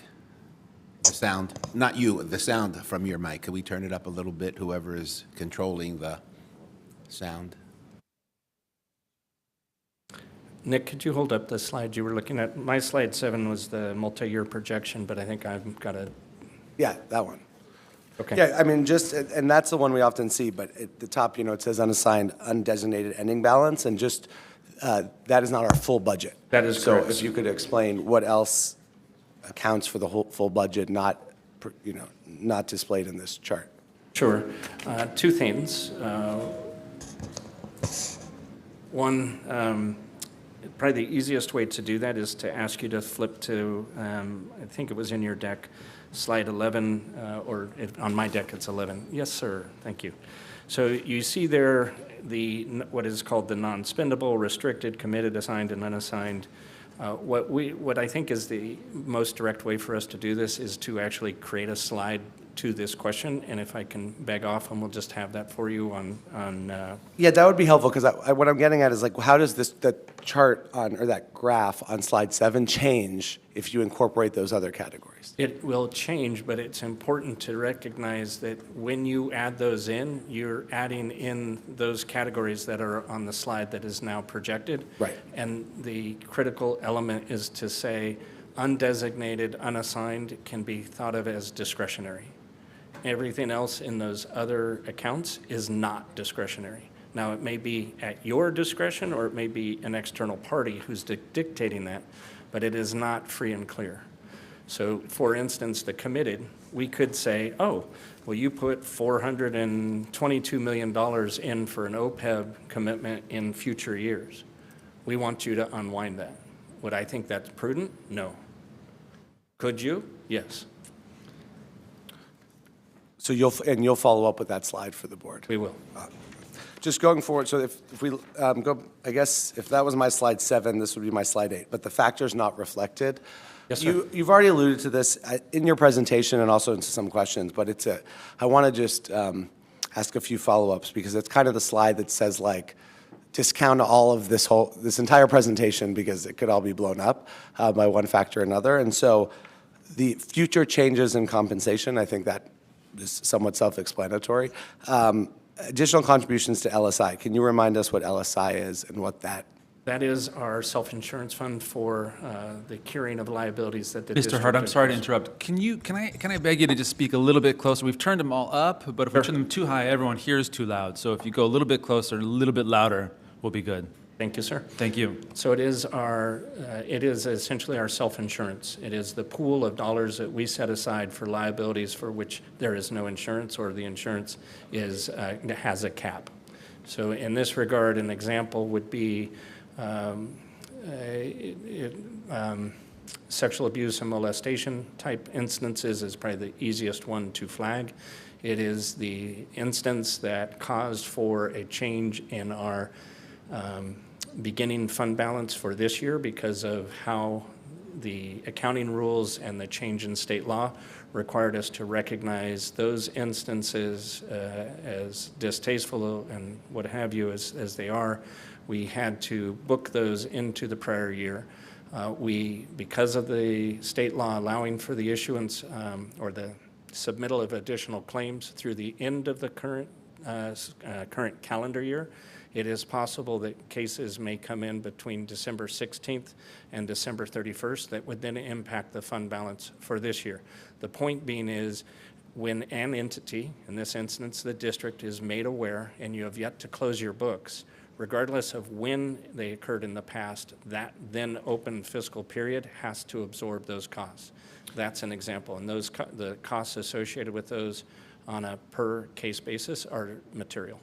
So, and you answered this question, but the reason it's not already reflected is because of that book closing mechanism. Once we have, and so kind of sort of the way this works is that up and through December 15th, when the board acts to deem the year closed, if you will, for 22, and then subsequently the SACS report leaves our hands, that's when the hammer drops, and in theory, anything we receive up until that date should result in a modification. And then you mentioned in your presentation the unrealized loss on cash balances. That's also an accounting mechanism. It is an accounting mechanism. It is also one we have no discretion over. Right. But the actual, I mean, does that, this is the one you mentioned, 210 million? To qualify, the exact amount escapes me, but the beginning balance of this year, we took down by 155 million off the top of my head. I'm anticipating that when we get to the end of the current fiscal year, that amount will not have remained static. Today, if this were the end of the year, it would be 210. I expect it will grow. And again, is that a material loss of funds to the district or just an accounting mechanism? What it suggests is if we were to make a run on the bank and to pull everything out that we have invested, this is rather simplistic, but if we were to withdraw all our funds, the value of our funds we would be $210 million less than we put on deposit. And then you mentioned this a few times, and I think your prediction around what the legislature might do is likely correct, but I just want to be clear that for the public, that the purpose of Prop 28 at the state and local level was to supplement, not supplant arts education. And so the state may do what they will, and we're going to be advocating for that supplement, but also it is, my hope and intent locally that this is an addition of, as you said, 80 million to the arts in our schools, and not I hope that we're not engaging in the same sleight of hand that the state might when it comes to how we're thinking of arts education. And Superintendent, do you want to? Two quick points. Number one, direct feedback to your point. That is not our intention. It is clear, based on our interpretation of what was approved, that this would be a supplemental investment that would require supplemental resources, meaning the hiring of teachers, equipment, et cetera, with the appropriate reserves allowed under the same proposition for administrative support and the like. That's clear to us. The second point, and if you could bring up the factors that are not considered in the current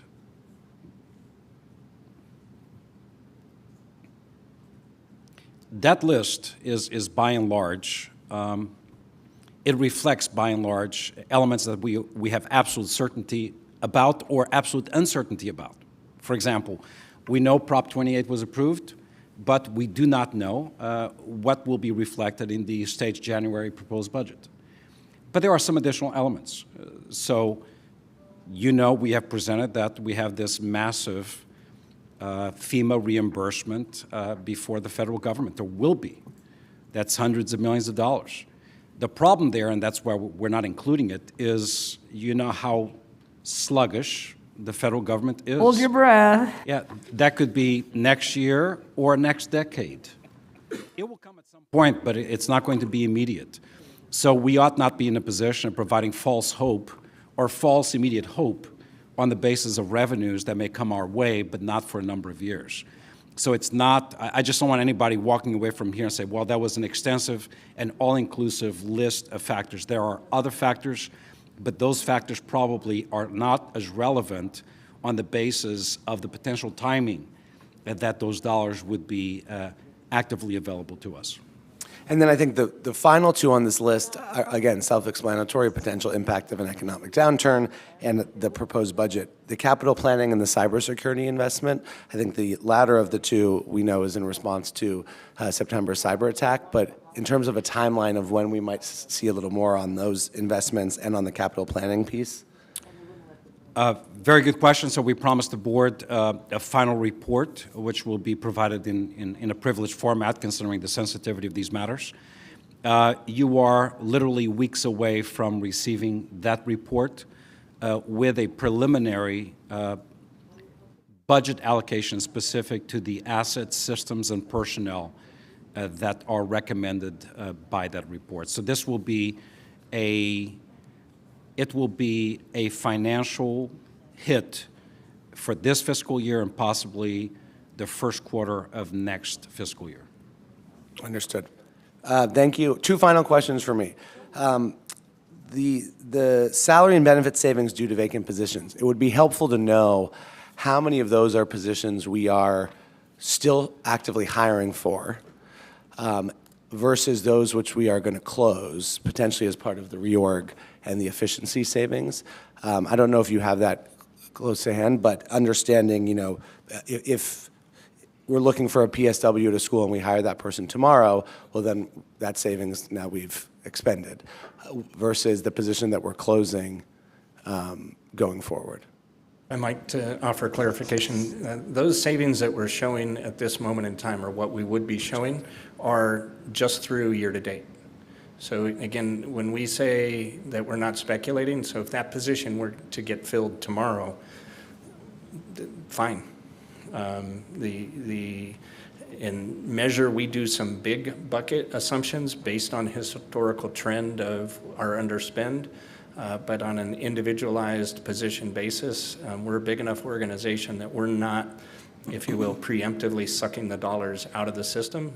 We have had conversations about when and how to do that, to be most candid, but we have not executed on those strategies as of this time. It may be the case that we do, but we have yet to do so.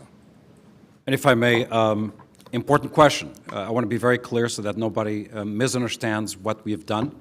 The realignment resulted in the $40 million reduction in non-school site positions that were vacant. All of them were non-school site positions. That's a recurring benefit to the school system.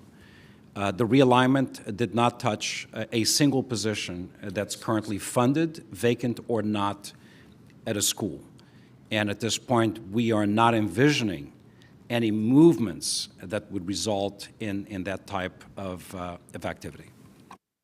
Got it. So I'm hearing you say, too, we've already recouped those savings because time has passed and this is year to date, but going forward in our budget projections as we're developing the next budget, we'll understand where some of those savings are. I know it's nuanced, Nick, but board member, to be clear, we have recognized those. We have not taken action to pull back funds. And so that is a conversation we're having, and it'll be part of our conversation about carryover at whether it's a central or regional or school basis, but at this moment in time, it's merely an identification. We are attempting to quantify and qualify those dollars so that we are both right in the content and context as we look to inform leadership as what is the appropriate step to maintain our sustainable fiscal picture over these upcoming years. And speaking of that sustainable picture, my last question is that on the final slide, we see a reserve for economic uncertainty of 238, about $240 million. We're hearing and we're reading about record reserves of $3 billion. And so can you just explain for the public and for us, I mean, what's lost in translation there? We're hearing, and it's coming up in our conversation about compensation and benefits, record reserves at the school district. And yet we're seeing, just barely enough reserves for that third year. And so where's the disconnect there? A couple of things I would offer. One is in the context of record reserves, we're also coming out of a time, as we look at the total of our COVID relief funds, we received, rounding of numbers, $5.6 billion. And those dollars, as we've spoken of here and spoken of before, those dollars are time dated. And so we're in a moment in time where we're recognizing in a way the expectation from a budget perspective. They're not actually on our books until we incur the expenses, but that does create reserves. It creates some reserves in the context of the exchange of funding source for a position that we've spoken of. That is a significant portion of this. If you were to go back to a pre-pandemic to now, you would see a material difference in those accounts, and we can bring some of that information forward. Most candidly, that isn't the presentation we were planning on for Tuesday, whereas we were looking at first interim, but that certainly can be part of how we put in context what's happening at the state, because the state piece is that other element that will cause for a significant change in the characterization of those reserves. We will not be able to maintain those committed reserves in perpetuity. As an example, the OPEB. The reserve is there for budget allocation in 23-24. When we hit the budget development for 23-24, we will be taking the action to release the commitment for the amount necessary to meet the full obligation of the OPEB funding in that particular fiscal year. So can those reserves be repurposed? They can. But just like we were having the conversation about a COLA driving a revenue up in one regard, which might be linked to our own expenditure, there is an offset of how we would use those funds in the same period. So it has to do with us trying to be, I would say, that much more transparent and not create artifice about the third year. To the third year never coming, I would say it has to do with the maintenance of those reserves and articulating it, as opposed to just having people not hold us credible because we sound like the proverbial individual crying wolf. Yeah. So there's a trade-off here. The exercise in transparency doesn't necessarily assure that there is uniform understanding, and that is a task before us that we will try to enhance. Yeah, and I think, the superintendent alluded to this earlier in today's conversation, but some of us have been here before where there's this disconnect of the projections we're seeing in this room and then the public's perception of reserves. And we're getting emails, spend the historic reserves, and there's some deja vu. And I'm sure for some of us on this board, that's deja vu times 3 or 4. But so I appreciate the allusion that the superintendent made earlier, and he might want to chime in now, but that's helpful. And I think, trying to tell the story in a way that is less esoteric could be helpful in the coming months. So 2 quick points. Number one, we don't just throw these numbers out there. These are audited numbers. We don't have an opportunity to lie here. We have an opportunity to only tell the truth, or we're going to be held accountable against the facts that we disclose. In addition to that, as we constitute this accountability and chief auditor position, that entity will bring ongoing active reports to the board and to the community regarding these specific matters. And it's that person's license on the line if they do not tell the truth. The second point, which I think is sometimes confused, is that Sacramento takes and should take credit for a historic level of funding for education this past year. What some folks do not understand, however, is that not all of the allocations from Sacramento are in terms of free, flexible, general fund. there are a lot of categorical programs that come with shackles that says you must spend this money in this area. And how much are we talking about? Hundreds of millions of dollars in this year's appropriation come with significant strings attached that cannot necessarily be used for compensation or benefits. For example, extended learning opportunities, that's timed. I think it's a 3-year mandate by which you need to spend those monies. So no, you cannot necessarily book against that revenue stream, which is significant, a salary increase, because you're creating a fiscal cliff 2 to 3 years from now. So yes, there is a misunderstanding regarding our current fiscal position that's influenced by categorical programs that lack the flexibility that would be required for salary and benefits, or still this sort of artificial, feel-good bonanza of funding as a courtesy of the federal government. It's going to go away. And when that disappears, and that's why David speaks about a deficit position, that deficit position is net of, it excludes these additional funding streams that we're currently benefiting from. It's going to go away. And honestly, it is sad, disturbing, and quite frankly, not helpful to our community for anyone to put out a narrative that is somewhat detached from a true financial truth about this school system. With that said, we are in a very solid position, and the current attestation by the credit rating agencies is proof positive of that. We ought not flirt with losing the ground that we recently conquered as far as those decisions by the credit rating agencies. Why? It will cost us money in the future if our credit ratings that we fought hard to reach are then compromised. And the last thing is, you keep hearing me talk about the fact that I'm an eternal optimist. We have right now one of the most forceful set of offers based on board authorization for the benefit of our workforce. Is there some additional flexibility? The board knows there is, but there is a process. We don't negotiate from the day is right. There's an appropriate place where we do it in a respectful way, going article by article in terms of workplace conditions as well as salary and benefits. We're going to remain committed to that. I don't think this community needs disruptions that further deepen the condition that our kids were just in and are trying to emerge out of.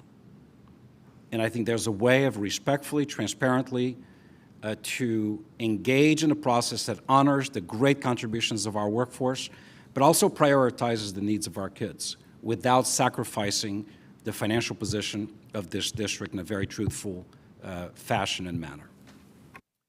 Thank you, Superintendent. Well said. Any final comments or questions from the board? I think that's a nice last word to end on. Thank you, Mr. Hart, and your team for that helpful presentation and discussion. We're going to turn to our second presentation, which is our Acceleration Days update with Mr. Andres Chait, our Chief of School Operations, and Ms. Frances Bias, our Chief Academic Officer. So I know they're making their way up, and we'll get the slide deck up there and begin when you're all ready.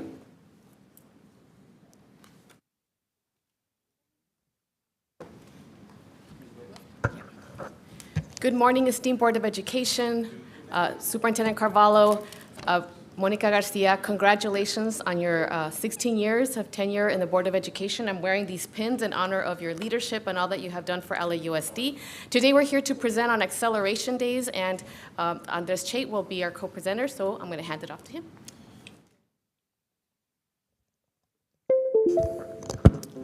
Thank you, Frances. Good morning, Board. Good morning, Superintendent. Ms. Garcia, I echo Frances's words. As a fellow Cal Bear, I've always looked to you as an example of leadership that is student and community-centered. My only regret is that with me being so far out in the Northeast Valley, our paths did not cross as much as I would have hoped. But congratulations to you, and I wish you all the best in the future. Pivoting to our topic at hand, very happy to be here this morning to bring key updates around Acceleration Days, the work that we've been doing, the work that lies ahead as we look forward to Monday, December 19th and Tuesday, December 20th. Of course, as always, we are closely in alignment with the district strategic plan. The plan, in fact, specifically calls out Acceleration Days as one of a number of strategies under Pillar 1, Academic Excellence, that will help us to bridge and overcome the learning loss that our students have suffered as a result of the pandemic. We know, of course, that many of our students were already impacted even before COVID, so the Acceleration Days charge us with ensuring that we address their needs even more critically.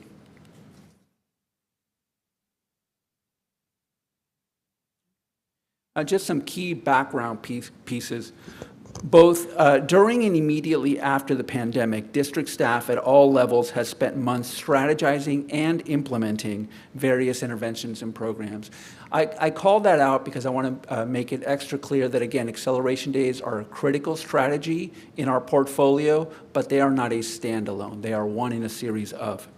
Acceleration Days are one such critical intervention, but were never designed as a standalone strategy.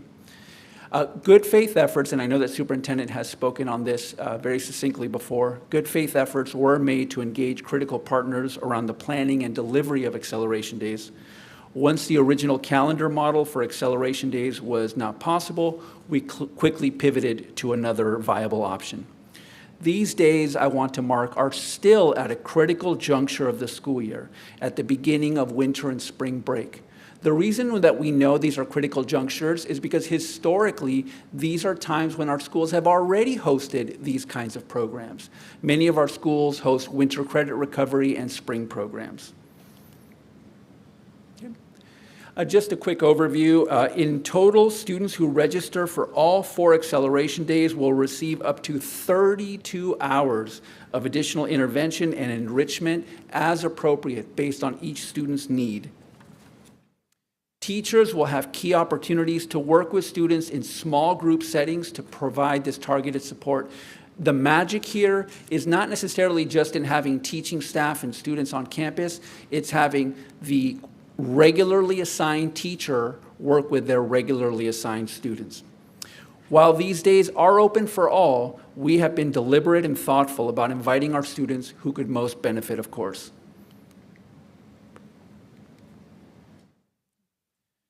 Significant community outreach and engagement has been a hallmark of our work around Acceleration Days since Superintendent's arrival. At all of our convenings, both in person, virtual, and online, related to the 100-day plan, Acceleration Days were a topic of dialogue and discussion. Prior to our shift into regions and after, our local districts and regions have held town hall meetings to amplify opportunities for participation. Similarly, our principals have held school site meetings to ensure that our families are aware and engaged around Acceleration Days. We have leveraged all of our various communication channels, be it websites, Blackboard Connect, social media, to create a steady drumbeat of information around the program. Highlighting some of our targeted family outreach, as referenced earlier, we have provided significant targeted outreach to those students who would most benefit from participation in these days. Francis coined the term VIP invitations. So for our students who were most at promise, they received specific invitations from their teachers to participate. We have continuously engaged families at the school sites and assisted directly with student registration, taking every opportunity to publicize this endeavor, be it at the morning drop-off and pickup, during parent-teacher conferences that were recently held at elementary. Our communications team has constantly uploaded the latest resources available around Acceleration Days. Parents who visit the Acceleration Days webpage, which of course is linked directly through our homepage, can now find sample schedules, a master list of schools participating, and a continually updated FAQ for their reference. All right, now to our current progress. And I'm very happy to report that that first number is now outdated. As of 10:45 this morning, we now have 44,353 students that have registered for Acceleration Days, and we anticipate that that number will continue to grow. To give you some context, the official registration period is slated to close today, but we are going to keep the platform open for registration because we anticipate that more students will continue to sign up and register. Our employees have been outstanding in making themselves available for this important work. As you can see, we have over 8,000 certificated school site employees that have committed to working both days and over 6,000 classified. And I want to again mark something here, school site staff. And this is, of course, not to denigrate any of the wonderful work done in the region offices or in this building, but we want to have the staff that is closest to our kids on a day-to-day basis provide the service. So those numbers that you see there are teachers in classrooms, paraprofessionals supporting, those folks that know these kids. Again, the commitment that superintendent asked us to make early on is that all 100 of the priority schools will be open for the acceleration days, and we can absolutely confirm that is in fact part of the cohort of schools. The total number ended up at 293 schools being open. Again, that includes the 100 priority schools, and on a subsequent slide, we have a breakdown by level. I want to emphasize, if a specific school is not open, students can still participate at a nearby site. There is no student that is more than literally about 1.5 miles to 2 miles from a school that will be open for acceleration days. Again, this is just a breakdown of the schools participating by level. You see our elementary count, our middle school count, our high school count, our special education centers. All 12 of them will be open. We received some advocacy from our principals at those schools. Initially, the thought had been that we would ask those students to participate on another campus, but for a number of very valid reasons, we're keeping those 12 open. Now, what does an acceleration day look like? The schedule will very much parallel that of a standard school day. In fact, we've been hosting meetings with our principals, and we've asked them to really just keep the exact same schedule. If our communities know, for example, that at the local elementary school the schedule is 8 to 2:24, let's maintain 8 to 2:24 for the acceleration days. It creates that familiarity. Food service will absolutely be provided to all of our students. So our kiddos will get breakfast, they'll get lunch. If they choose to stay for Beyond the Bell, they will also get the supper program, so that's in place.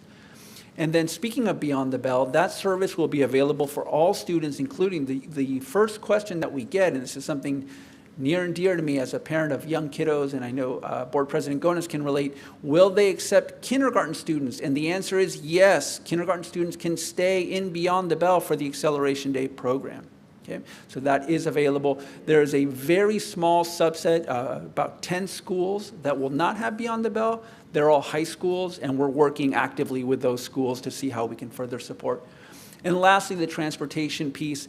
All of our internal partners have been amazing. I want to give a quick shout out to Daniel Kang. Pretty much everything we've asked of him as far as transpo, his answer has just been yes, pretty much anything. So we will have transportation services for all qualifying students. To drill down further, if a student receives special education services and as part of that IEP, they get transportation, they will absolutely get it for acceleration days. If a student is in a magnet program and receives transportation, and this is the one asterisk, their magnet school is open on the acceleration days, they will get transportation as well. The only sort of exception, if you will, is if you're a magnet student who normally gets transportation and your regular site is not one of the 293, we're asking you for these 2 days to attend basically your school of residence, the school in your neighborhood. And I think with that, I'm turning it over to Ms. Baez. Thank you, Mr. Chait. So here you'll see a schedule of a day in the life of a student. And this is a student in elementary school, and this is what we've called the VIP. And what we have done is we've looked at data to see which of our students need that additional support to address unfinished learning. So this is what the schedule would look like for our students. Now, a couple of months ago, principals did provide a personalized outreach to the students and the families and provided them with a consent form. We reached out and said student is not performing at grade level. We are inviting you to these acceleration days. Parents consented, and now we were able to conduct a registration at the school site. So this day will begin with breakfast. Then we'll go on to small group instruction for 3 to 5 students. Then there'll be a break, followed with an enrichment activities, small group instruction again, and then lunch, tutoring, recess, and enrichment activities.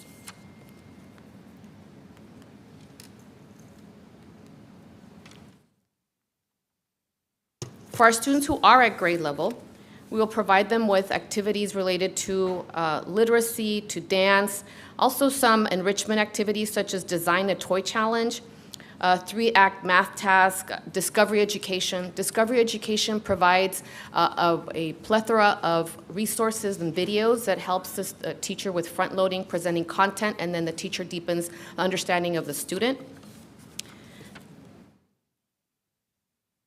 In preparation for acceleration days, we provided our teachers multiple ways to prepare lessons for our students. Teachers can use a locally designed approach, so if they already have plans that they want to deliver to their students, they may. But we're also providing a care package by level. That's K1, 2, 3, and 4th through 6th grade. So here you'll see multiple resources that we provide our teachers. So we begin our day with having breakfast, completing mindful activities, and then moving on to math. We have 2 blocks of math there. We have 20 minutes of recess. We have English language arts, where they're using the Amplify reading, so students are able to read text based on their Lexile level or the level that they're in. Then there's movement, there's lunch, tutoring, and with tutoring, they are able to access on-demand help, virtual tutoring, or in person. And then once again, the science based on the discovery education resources, and then virtual field trips. So students will have an opportunity to access grade level learning. So for example, if we have a 4th grade student and we know that the topic in social studies is California missions, then the students would be able to access California missions through discovery education and the teacher deepening the learning and facilitating discussion around that lesson topic. And if, in order to address unfinished learning, then students would have an opportunity to work with the teacher in a small group. If it's on reading comprehension or vocabulary, then that's the opportunity to address those skills that need additional support. These are the enrichment activities that are being offered in science and sports and visual and performing arts. So our teachers are receiving hyperlinks that go straight to the resources that allow them to go to virtual field trips and to also guide them in the types of sports activities to conduct outside, and visual and performing arts as well.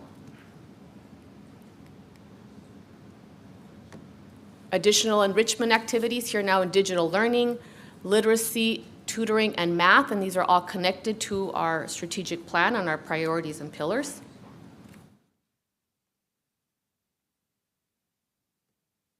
This is an overview of our secondary schedule sample. Now, as we know, students who are in danger of failing do have multiple opportunities to complete the assignment so that they're able to improve their grade. And this is an agreement our teachers have made, and so they know that they can assign something to students to complete. We have extended the grading window to January 13, 2023, so that teachers have an opportunity to grade the assignment and to complete the grades. So the day would begin with guided opportunities for that grade improvement. So students in danger of failing would get help on those assignments. Then we'd have a passing period, and all of our students are going to get college and career preparation activities. In middle school is through the use of Naviance, tutor.com, and then teachers can also review the individual graduation plans. In high school is supporting them with completing the FAFSA, because that's what we're really pushing for. Like, this is a golden opportunity for us to help our students complete the financial aid application that is due in March. Then there's lunch, and then guided opportunities to improve the grade again, a passing period, and then enrichment activities. Those are for the students who are in danger of failing a class. Now, for our students who are at grade level, they have opportunities to participate in college and career preparation activities, again, completion of FAFSA, and enrichment, tutoring, And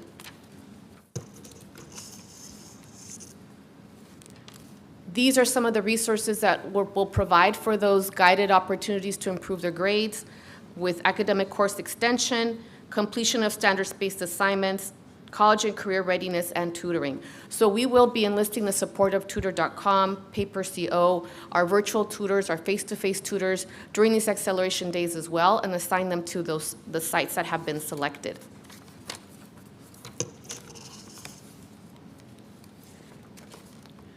These are some of the examples of the enrichment that our students will be engaging in math. We're offering NASA math lessons in science and nature conservancy, virtual field trips, teacher-facilitated discussions related to KLCS programming, advanced placement. We'll have My AP or AP Classroom. We'll have 5 connected NGSS activities, NASA math lessons, and continuing with the Nature Conservancy field trips. We found that during the summer programs back in 2020, 2021, there was a rich bank of resources that were developed for virtual field trips, so they're going to be very engaging for the students, and it'll allow for the teacher to continue with facilitation, deepening the learning, cooperative learning, and discussion around the content that's presented in these resources. The next steps are to continue professional development and training of participating administrators, teachers, and support staff, and confirmation notices with key information like the location, the hours, the schedule will be distributed to students and families in the following days. Just this week alone, we have approximately 650 substitute teachers who have agreed to work acceleration days, so we have a special professional development day scheduled just for them so that they have the resources available to them.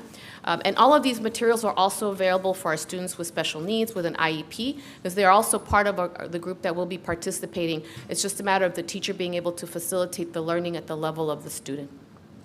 And that concludes our presentation on Acceleration Days. We welcome any questions. Thank you both for that helpful overview. I'm going to start with Ms. Garcia. Thank you. I love hearing the college and career readiness that is available to our secondary students. I would encourage you to put a piece of that in the elementary program somehow. But if a parent has no idea that they had to sign up for something and the 19th, 20th come around and they want their kids to come, what are we going to do? Bottom line, we're not turning any kids away. So if a youngster shows up on our doorstep on the 19th or even just Tuesday the 20th, principals have been instructed to get them in. If they're a student who normally attends the school, wonderful, we get them programmed. If it's a kiddo who is maybe new to that specific community, they reach out to the region. We'll have them in class within 20 minutes, if not less. Excellent. And then the second question is, this sounds very thoughtful.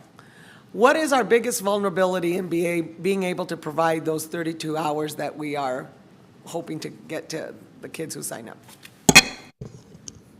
I don't know that I would necessarily term it as a vulnerability, but it is a key factor, of course, is the staffing piece, right?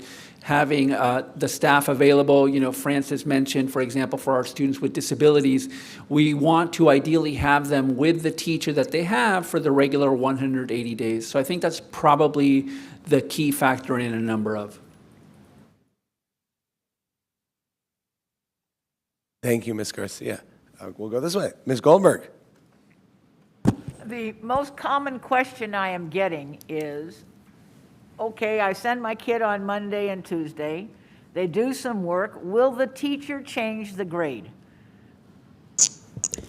Okay, so the grading window closes January 13, 2023, and the goal is that the teachers are uploading the assignment on Schoology, so the student has multiple opportunities to complete it, and then there's a grade change. That's the expectation.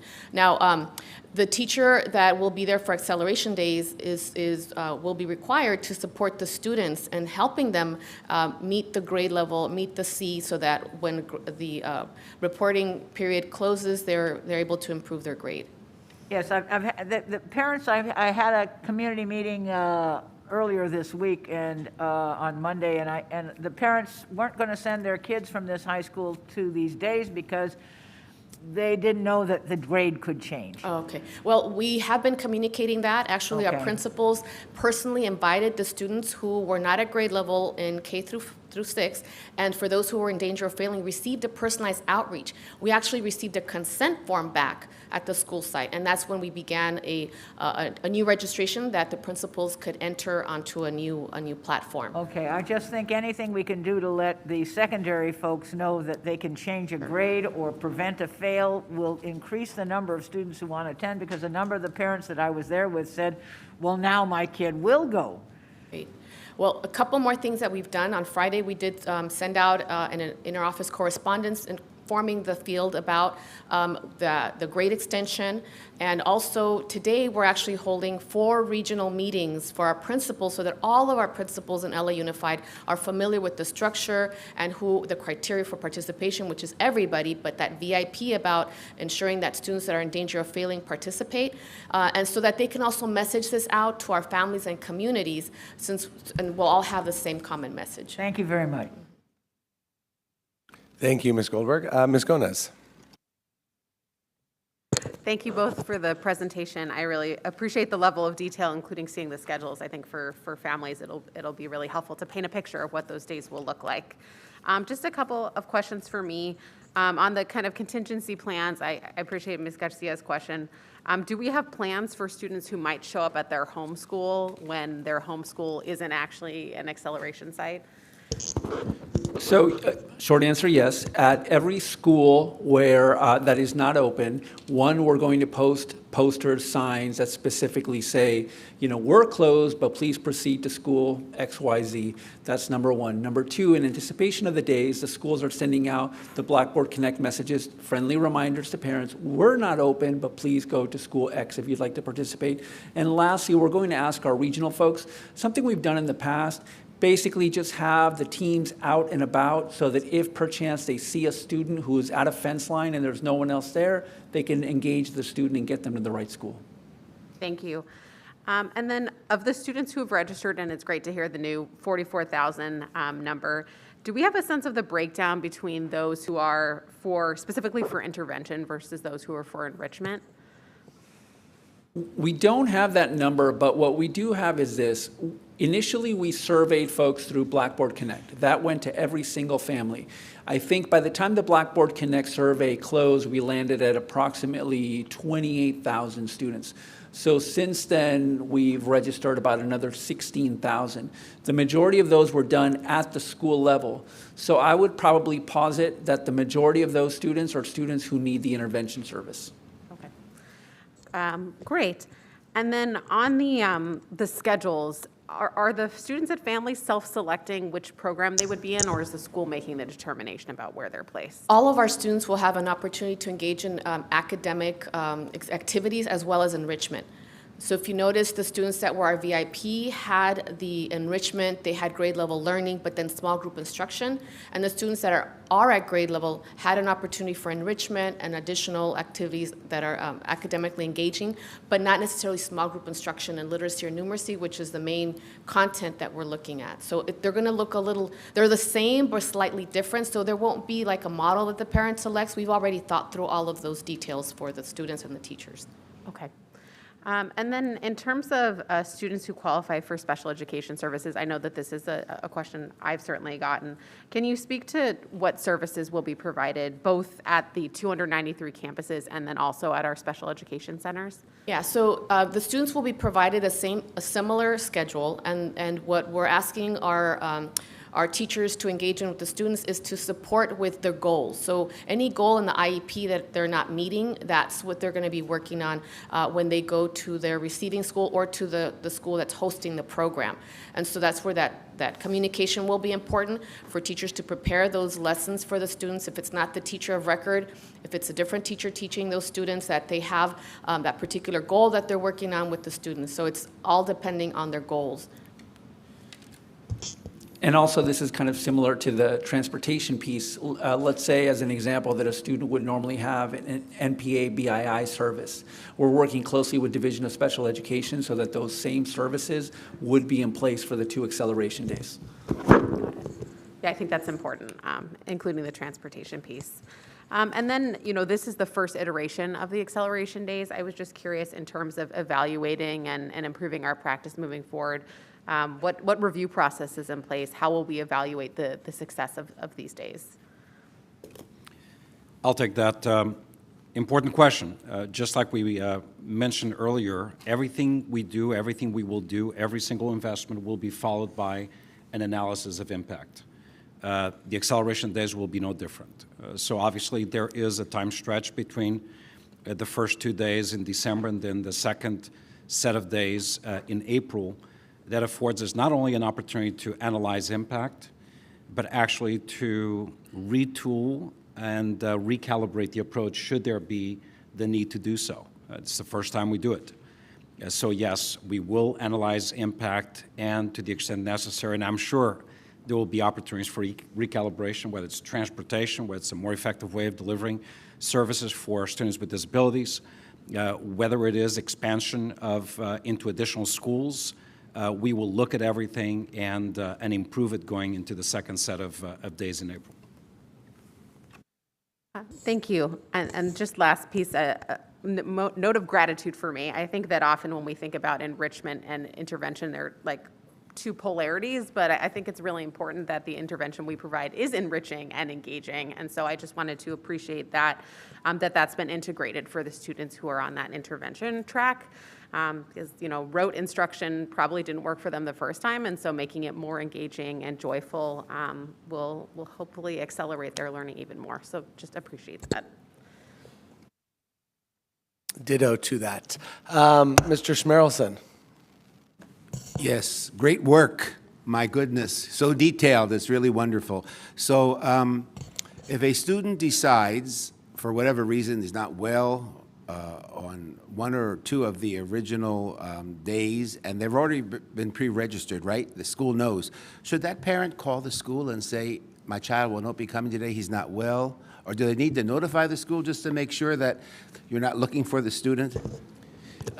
Yes, Mr. Schmerelson, I think that would be great, ideally. Of course, these are not, just to be extra clear, these are not considered regular days of attendance.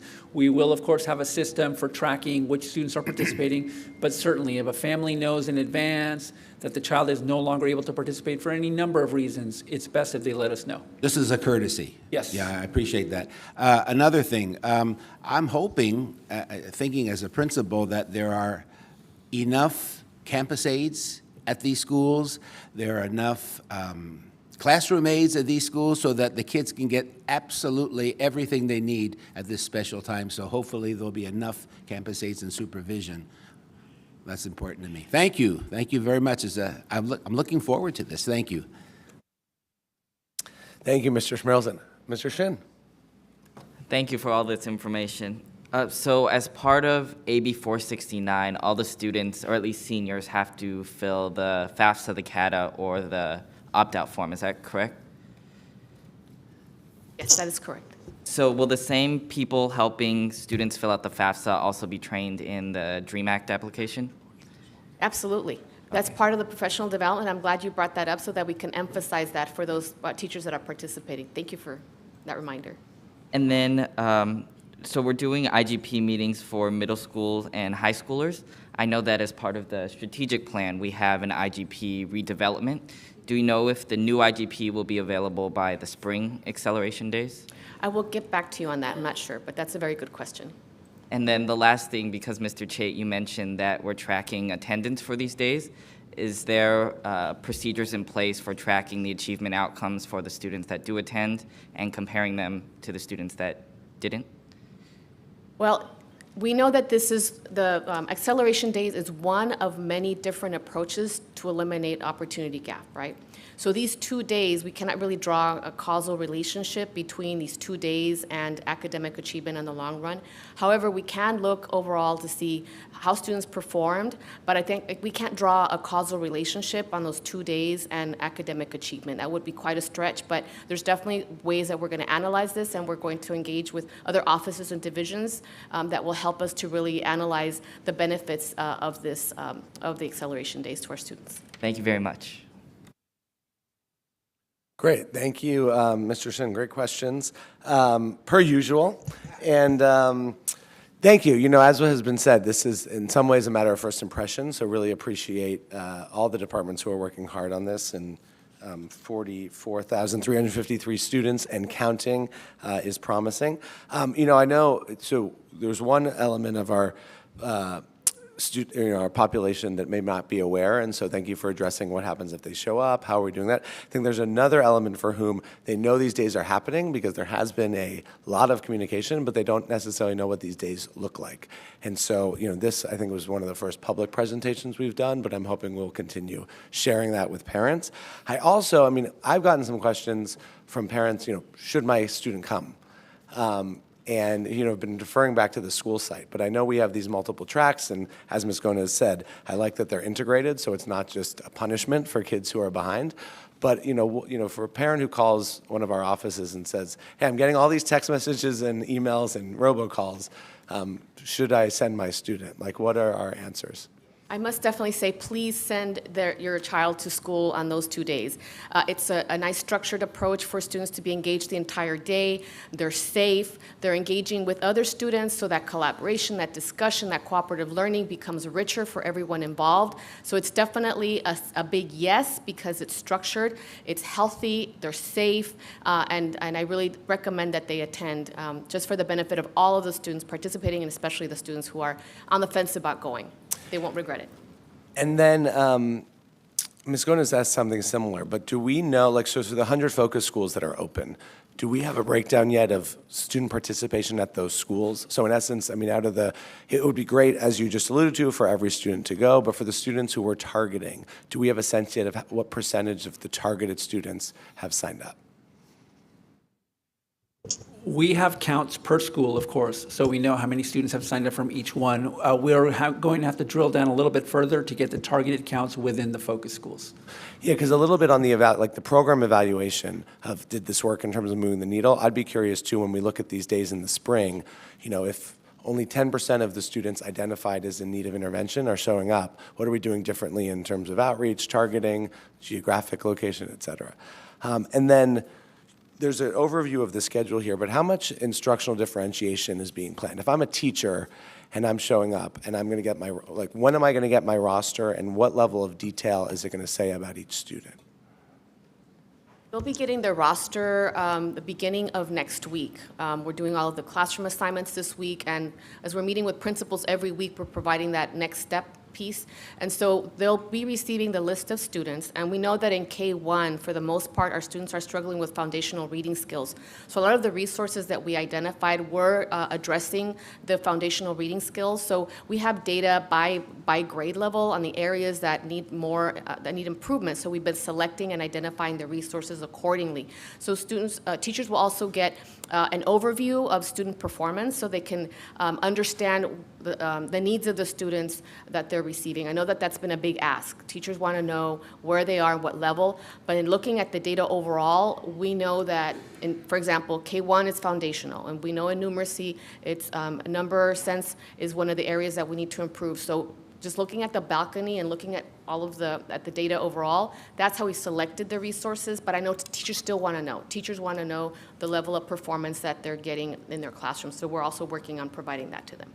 So early next week, so a week before, teachers will get a roster that does have the student level data, so that in addition to that general category of early literacy or phonics that or phonemic awareness, whatever it may be, we also have specifics about the students. Okay, that's great to hear.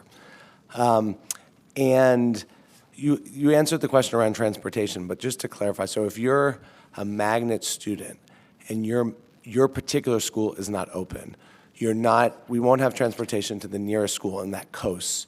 You're going to be asked to go to your local school.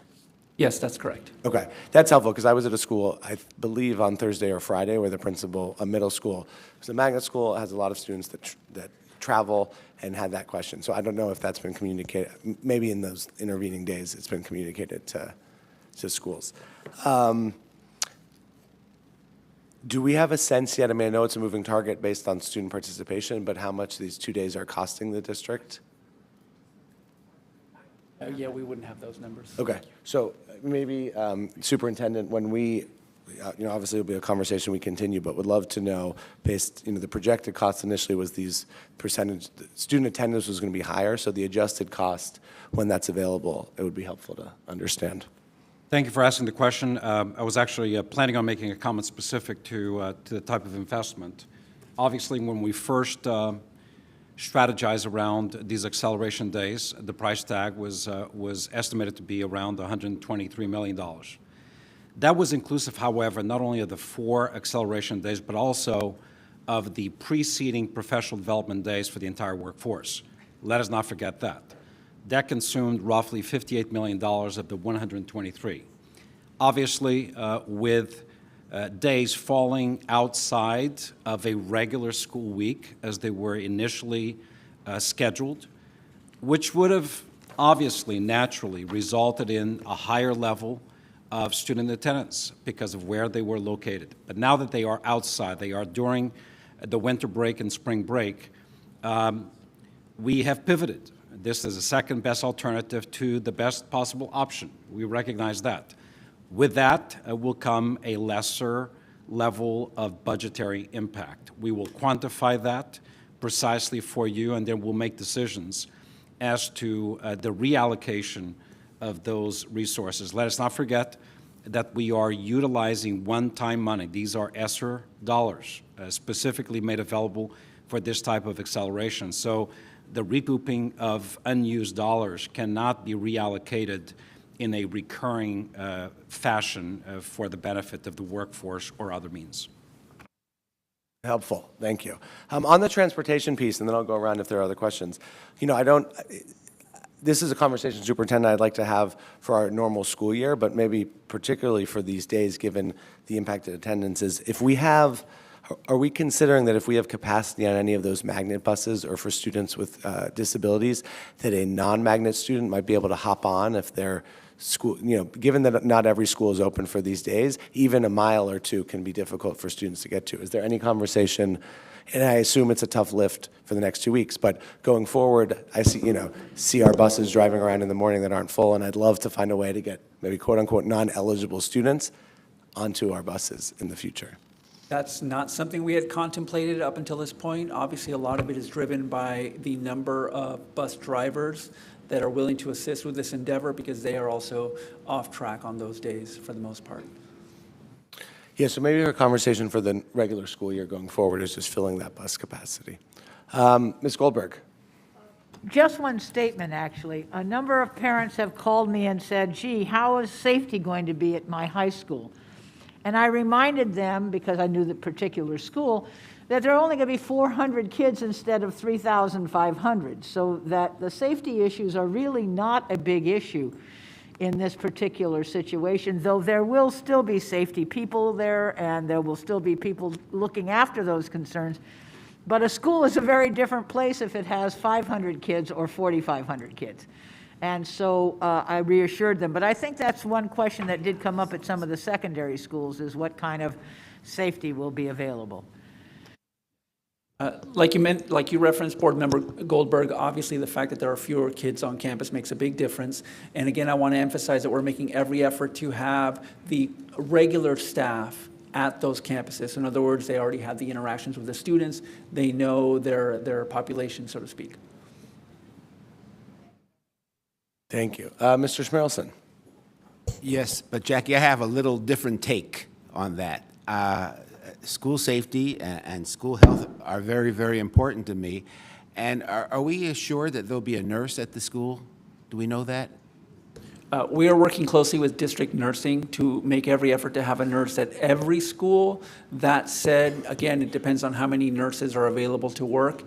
In a sort of a backup model, so to speak, we will, of course, have nurses ready to travel as needed within regions and CASAs. Things like an EpiPen, God forbid, Narcan.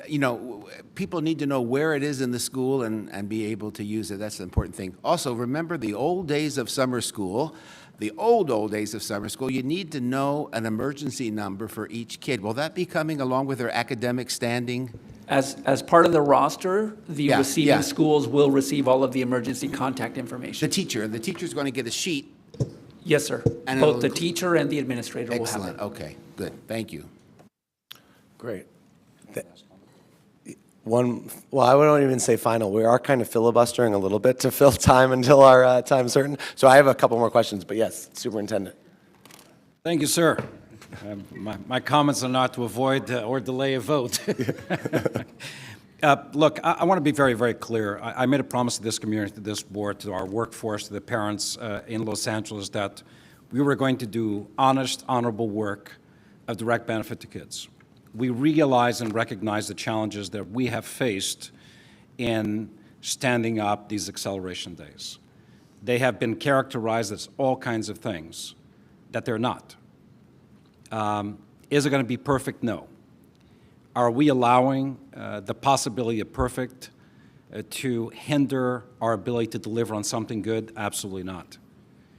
So I am thankful, and I want to express my gratitude to our workforce, to the thousands of individuals who raised their hand and said, I will show up for kids who need these 32 hours of additional support. Anyone who then, now, or maybe in the future, will use the casual mishaps that happen every single day during the 180-day of the school year. Things happen.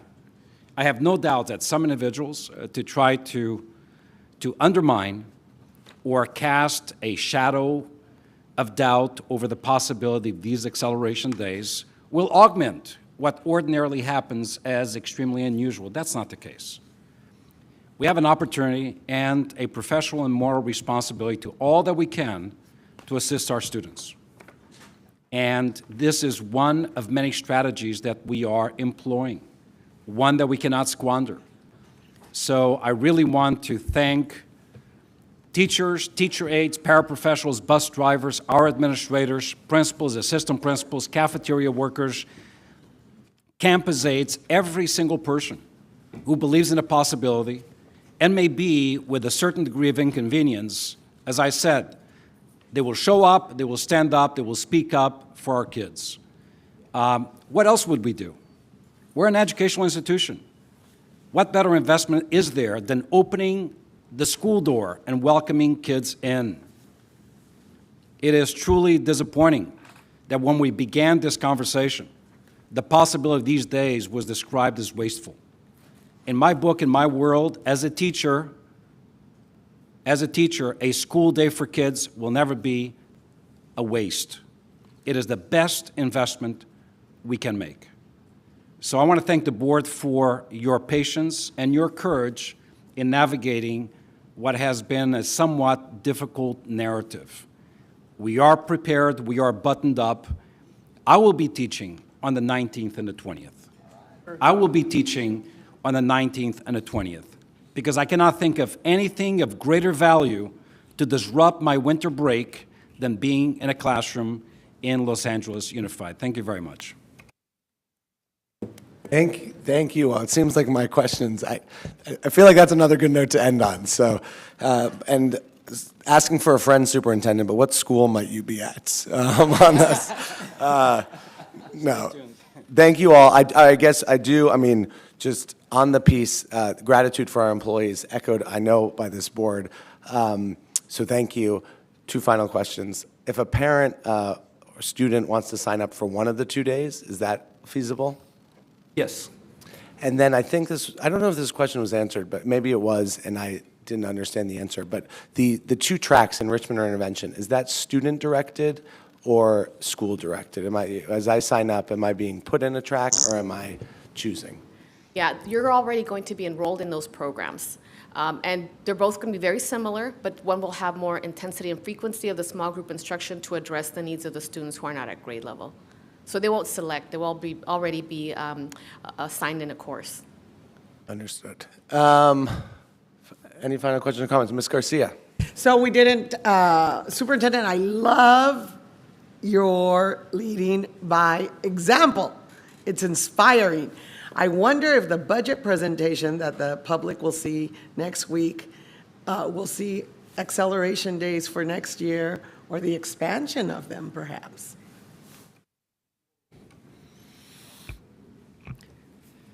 So thank you for the question.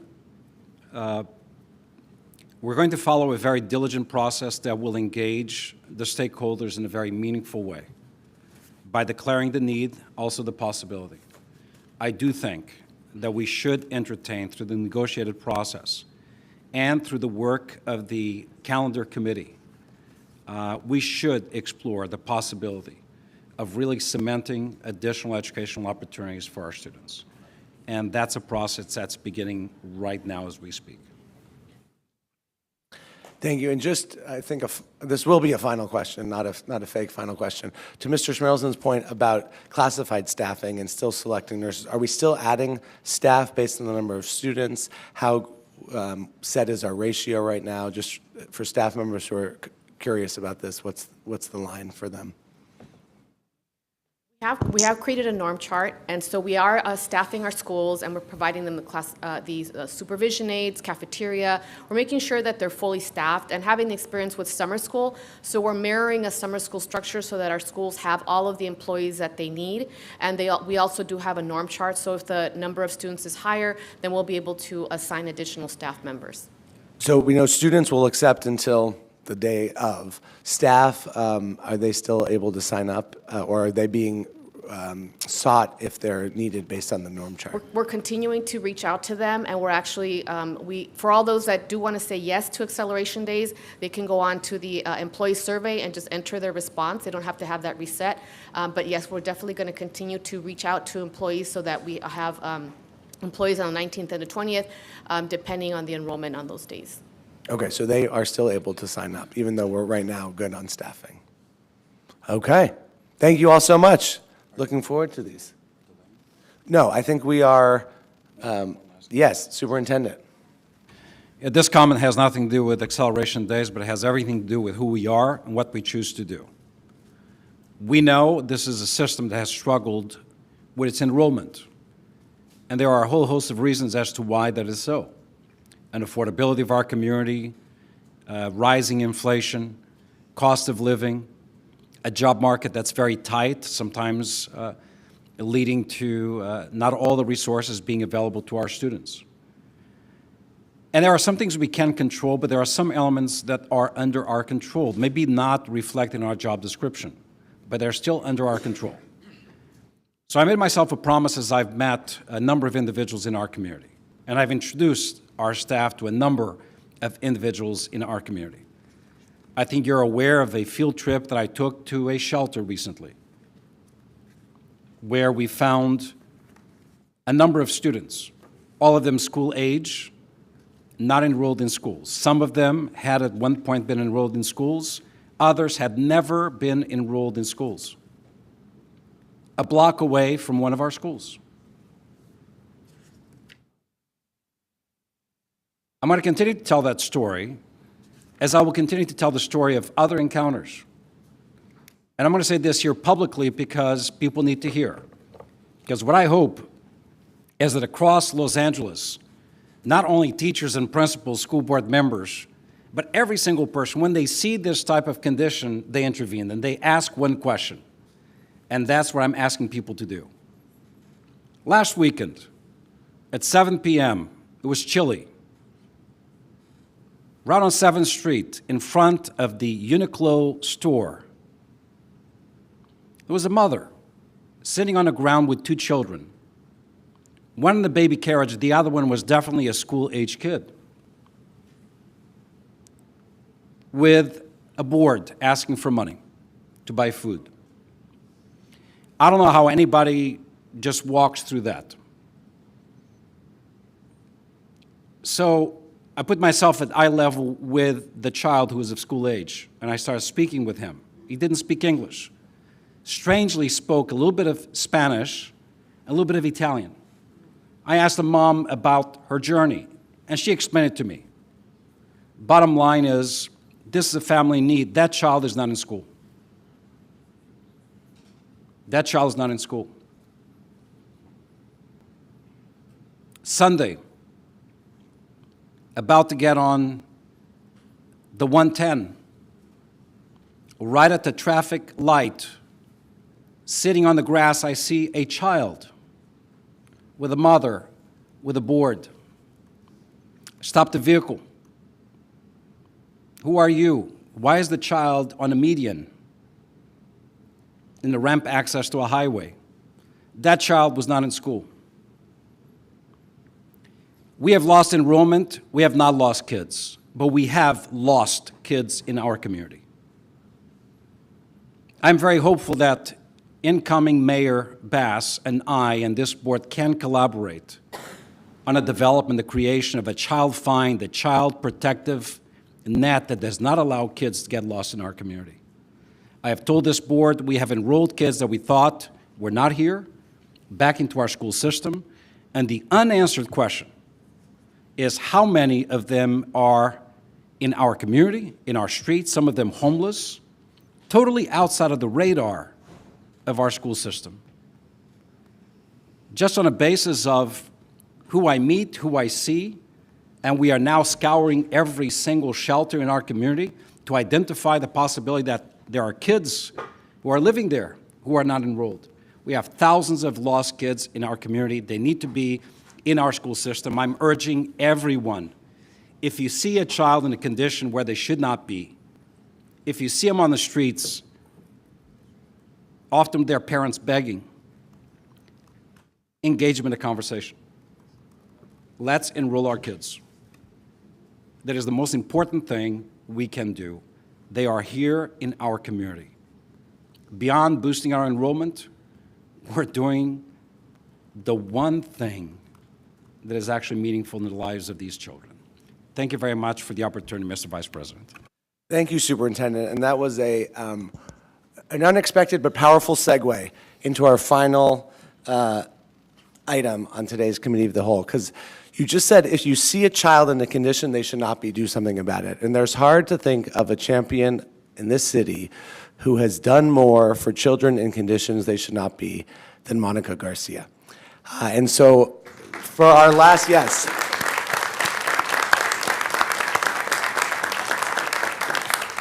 Our last, but certainly not least order of business today, we turn to our celebration of board member Monica Garcia for her 16 years of dedication and service as a member of this district's Board of Education. When she started on this board, Nate was 2, I was 5, and here we are. I was a little older than 5, but we have a lineup. We're so grateful that many of you have joined us today. We know others are streaming this online. We have some song, we have some maybe dance, we have a video, we'll have some comments, including from the legend herself, Ms. Garcia. But we're going to start, unless you have a few words, we're going to start with, we're going to bookend this wonderful celebration with music, with our students, with the talent of our community. And so with that, I'll turn it over to our Mariachi Olímpico of Roosevelt High School.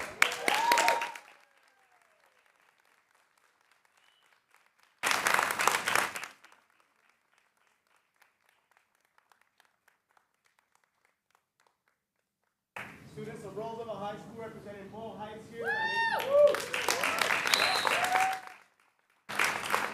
We are always grateful to Monica Garcia. Thank you so much for all your support, and thank you so much for all your years of service. This is for you, Monica. All right? Here we go, right?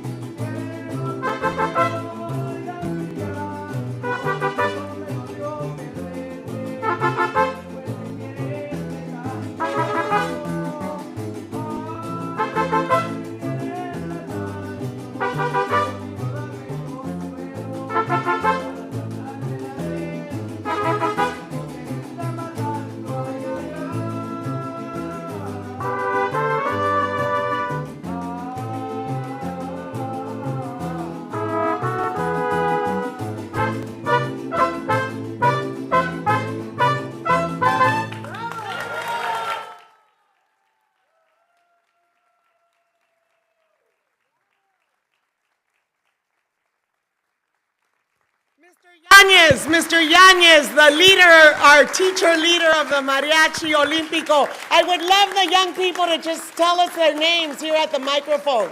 Please introduce yourselves that we might celebrate the amazing talent that is in our schools. Por favor. Hi, my name is Jocelyn Flores, and I play the violin.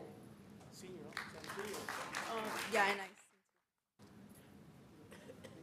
Hi, my name is Brenda Itzel, and I play the violin. I've been playing for about 4 years, and I've been the vocalist of the Mariachi Olímpico. I am also a senior. My name is Alan Valdivia, and I play the violin as well. And I've been playing for like around 6 years.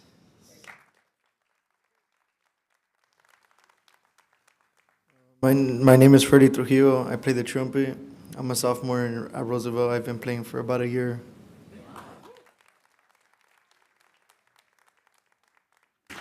My name is Daniel Valdivia, a junior playing the trumpet for around 6 years.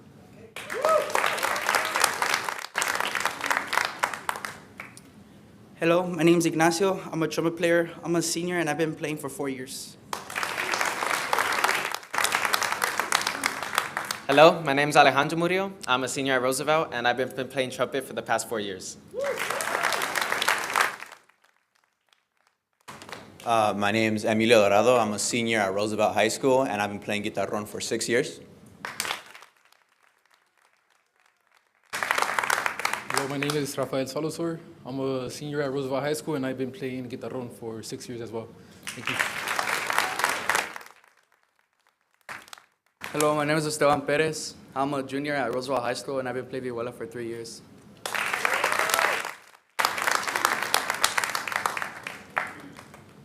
Hello, my name is Alexander Reyes, and I've been playing the vihuela for a year, and I'm a senior. Ladies and gentlemen, my name is Uriel Bernabe Calcaño Lopez. I've been playing the guitar for about 6 or 7 years now, and I'm a senior in high school. Thank you, Mariachi Olímpico, and thank you, Mr. Yanez, for keeping art and cultura and música alive in our schools.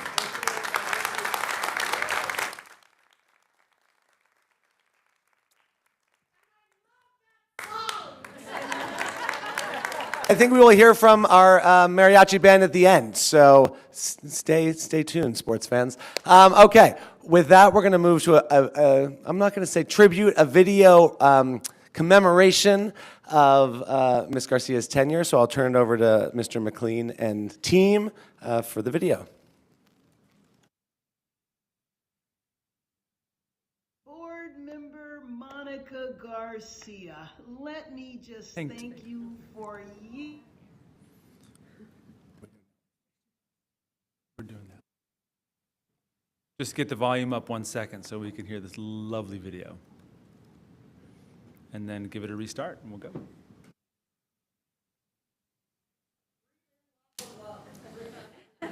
Board Member Monica Garcia, let me just thank you for years of devotion to the children of Los Angeles with your leadership at the board, the many years you served as president, as board member. You have an amazing legacy and incredible contributions to the children of Los Angeles and the students in LA Unified. Your accomplishments will live long. The kids that you have impacted, the lives that you have changed. I am so proud to call you a colleague, but more important than that, I am proud to call you a friend. I look forward to see what you are going to do in the future. But one thing I know for certain, you will continue to make a difference in Los Angeles. Thank you, Monica. Thank you, Board Member Garcia, for your years of work for LA Unified.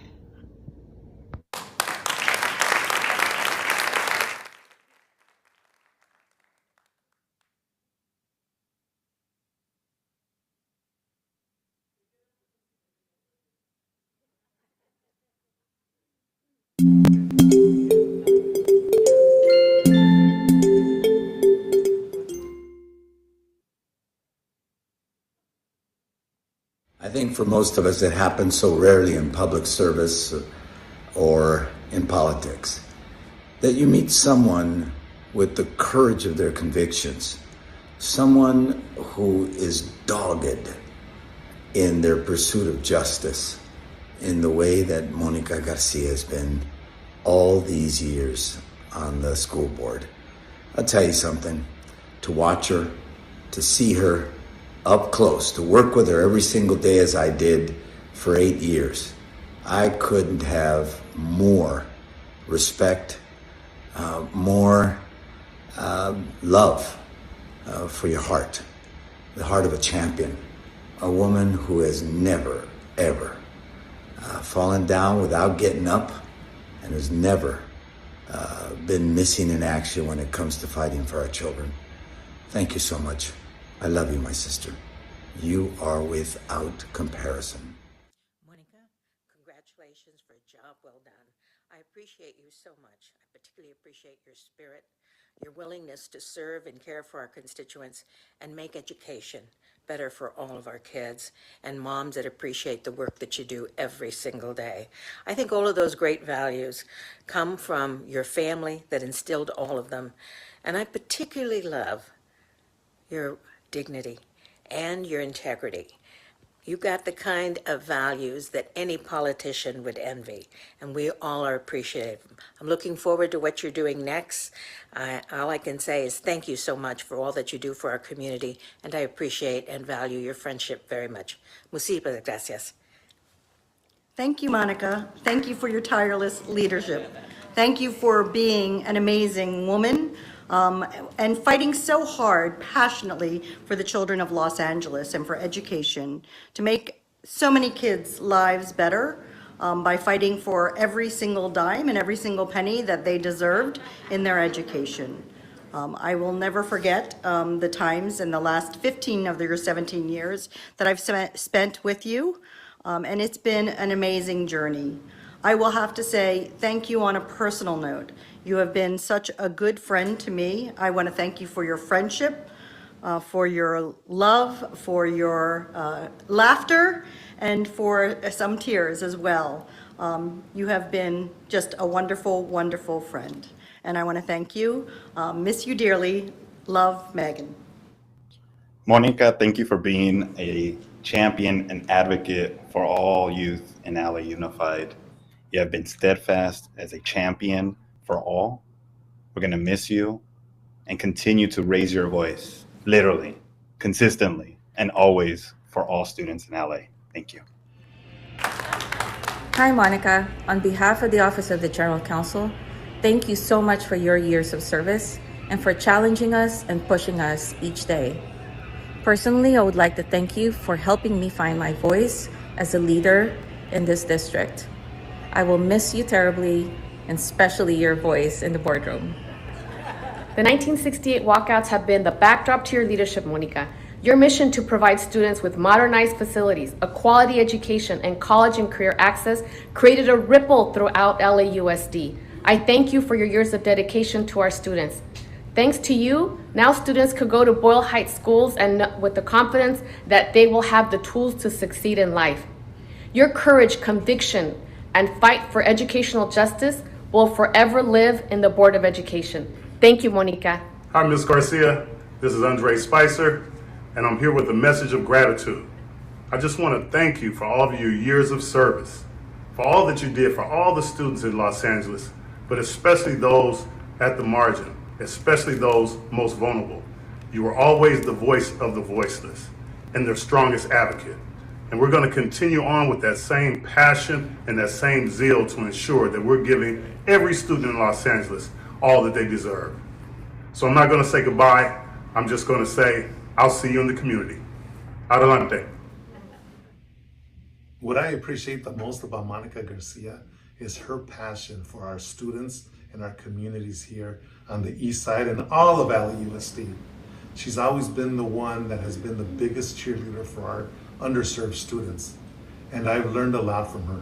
Her role modeling has been epic. I appreciate you, Monica. I know you're gonna do great things, and thank you for mentoring me and so many others to do the right thing. I appreciate, applaud, and celebrate Board Member Garcia's energy, passion, heart, and tireless dedication to students, families, and schools. Your courageous leadership has accelerated achievement in Board District 2 and elevated our whole district to new heights. Thank you, and we salute you, Monica Garcia. Monica, congratulations on your amazing years of service in support of children and families. So many challenges, so much adversity, and still so many accomplishments to be proud of. You've helped make better lives for generations of Angelenos, literally millions of people. So thank you for your courage, for your leadership, and for your tireless dedication. And on a personal note, thank you for your support and for leaving us with so many of your famous sayings. My favorite one was, what should be our guiding principle as it relates to students? And you always said, just love them. So thank you for letting me be part of your vision, for letting me be part of the history of Los Angeles. Gracias por todo y vamos adelante. Monica, colega, hermana, thank you for everything that you've done for the city of Los Angeles, the students, the families, all of us. Moving forward, always with the vision, always knowing how to navigate the difficult paths that we were on. Because of you, we created Go East LA, Great Outcomes East Los Angeles. We created Great Outcomes Tech Central, Great Outcomes LA Central City. We also established arts festivals in the East Side back in 2010 that are still thriving today. For you, it was always about ensuring that our children's work, that of our teachers and everyone else, was showcased. Thank you for everything that you've done. Thank you, and may God bless you on your next journey. Cuídate mucho, hermana. Adelante. She has used her strong arm and her big voice to make our big, beautiful district listen and allow space for those ideas to come to life. And I don't know of anyone else who could have made that happen than board member Monica Garcia. And we're standing here in the beautiful Torres Shade Sail Amphitheater that her strong arm and her big voice helped to make happen, because the kids and the teachers and the parents and the community and the principals said, we need this. And it wouldn't have happened without her. Thank you. What I appreciate most about Board Member Garcia is her advocacy for underdogs. She fights for equity and justice for underserved communities, and she lifts all of us up by providing opportunities to learn and advance. My favorite memory with Ms. Garcia is when we visited Korea in 2012. I had the honor to translate a Korean palm reader at a temple. He predicted Ms. Garcia's great success and impact as a leader, and he has been right about Ms. Garcia, and I'm looking forward to Ms. Garcia's greater impact in our state and country as a leader. Monica Garcia, thank you for always caring deeply about, appreciative of the support you provided to creating and developing pilot schools. Thank you for attending our productions at LASA and all of our graduation ceremonies. Remember our first one at RFK with Dolores Huerta and Paul Schrade? Thanks also for your great support of Link Learning as we brought it across the district. You have been an advocate for innovation, and you have always supported great opportunities for our students. Thank you, and I wish you the best. Thank you, Monica Garcia, for 17 years of service, for being a fabulous school board member and champion for kids and families in your district and across the district as a whole. I appreciate your commitment to community. I appreciate your vision and belief in what is possible, and I appreciate your commitment to lifelong learning. I also appreciate how you put in the time to celebrate women, mothers, educators through the Guillermina Awards named after your mother, engaged in changing conversations, uplifting stories of women in education, and our charlas with Mujeres Luchadoras. Thank you for reminding us to breathe, and thank you for reminding us to be lifelong learners. Adelante. Dear Monica, thank you for 17 years of standing with community, with students and families and employees of LAUSD. There's that famous saying to leave things better than you found them, and we can all agree that the district is in a much better place thanks to your leadership and for always standing on the right side of issues. The district is a much more equitable place, and students of color have a lot more opportunities to learn and succeed thanks to always standing with community, with employees, and with the families who need leaders like you. I can't imagine what the district will be like without your leadership. But we can all agree that you've inspired us to continue the movement for education justice. Muchas gracias. Monica, what can I say? It's such an honor to pay tribute to you and your many decades of service. You are such a fierce warrior for our students, our parents, and our teachers. You have always believed in high expectations and that every kid can graduate, and you really have been a champion for equity. It has been my honor as the president of United Way to partner with you and to work with you in the class coalition to really affect great change in Los Angeles. Your legacy will live on in so many generations of students and families who have a better life because of you. Thank you so much for everything that you have brought to our community. Monica, what I appreciate about you the most is that you're action oriented. You care. You believe in our kids. You believe in our parents. You believe in our communities. You believed in 100% graduation. You believed in our kids coming to higher ed. And I can't wait to see what's coming next for you because I believe in you. Good luck. Hello, Henry Perez here. And what I most appreciate about Monica Garcia is her willingness to listen to the community and be a collaborator with the community. I appreciate how much progress all of LAUSD has done in the last 17 years that she has been with the school board, but in particular, how much progress we have seen in Board District 2.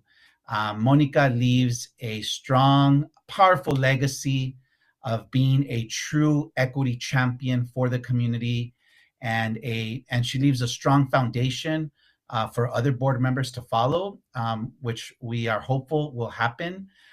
Thank you, Monica, for your 17 years of service to LUSD and to Board District 2.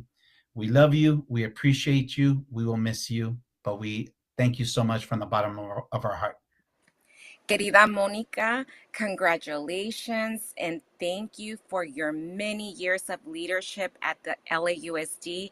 On behalf of everyone at Community Coalition, we are so grateful for the energy that you brought into every conversation that challenged all of us to center the needs and the futures of the children that make up our great district. Monica, you have been such a relentless advocate for all the children across Los Angeles, no matter what policy position you were advancing, whether you were working to increase equity, to close gaps, to accelerate achievement through charter schools, through magnets, through revitalizing neighborhood schools and curriculum.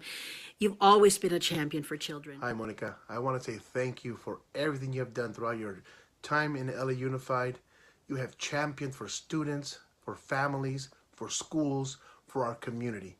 For this, I am grateful and thankful because the work that you have done in collaboration, including all of us, we will continue to make this change that is needed in our community to ensure that all our students have 100% graduation and continue and persist through to college. Si se puede.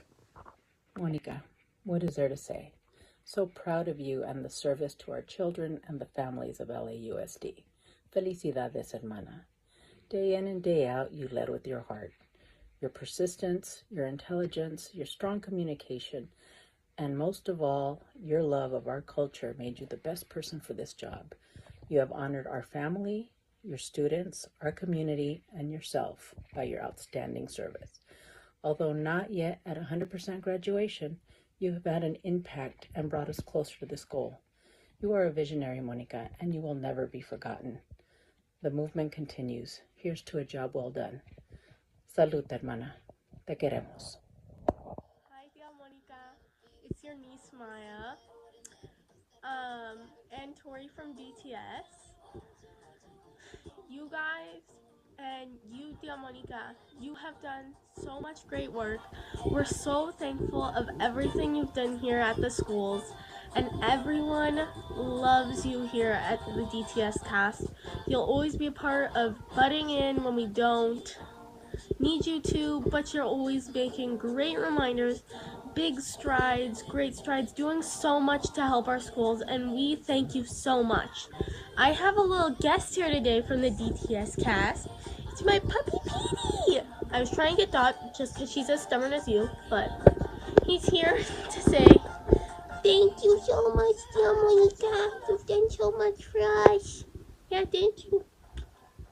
Thank you. Thank you, Ms. Garcia. We are so grateful for your service to the students, families, and employees of Los Angeles Unified.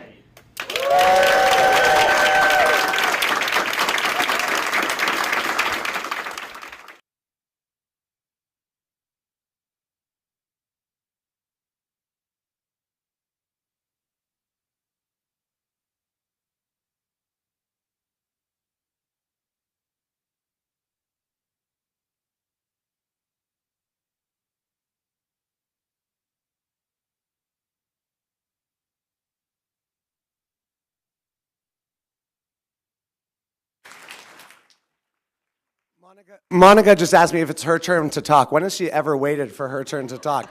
Not yet. We're going to hear from the superintendent and just some board member comments, and then it's your turn. But I do want to acknowledge just those folks sitting in the first row. Monica's family, thank you not only for raising such a champion, but lending her to this school district for so many years. We're so grateful, so thank you all. We'll start with the superintendent, and then I think the board members want to just say a few words, and then the floor is yours. So, superintendent. Thank you very much. I never thought that 8.5, 9 months in, I would be in a position to bid farewell to someone who I did not know 9 months ago, but who quickly became a friend, a true friend, because of the shared values, the shared commitment, the shared and understood sacrifice, the lived experience. A friend is one who opens their heart, their mind, and actually opens their family to someone. I'd just like to convey a couple of moments, and I'm sure all of you have moments with Monica.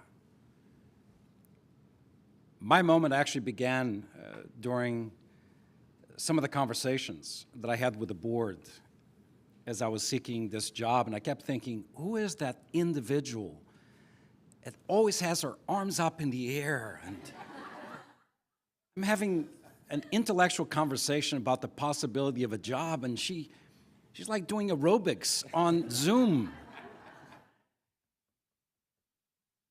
I remember arriving and Monica, before I signed my contract, taking me aside and asking me, you know what you're doing? You know what you're signing up for? I remember that moment. I remember the moment after I signed my contract and Monica says, we're going to go for a field trip. I said, what do you mean a field trip? Like in a yellow school bus? No, I'm going to drive. And she took me in her car to the school where her parents met. And there I met Mom, Dad, and your sister. And it became so clear to me all that was important about Monica. Community, family, children, education, equity, justice, opportunity building. And then we go to lunch with Mom and Dad, and she introduced me to warm rice pudding, which, where I come from, it's eaten cold. And Dad, looking up at me as if I'm an ignorant person, says, it's better hot.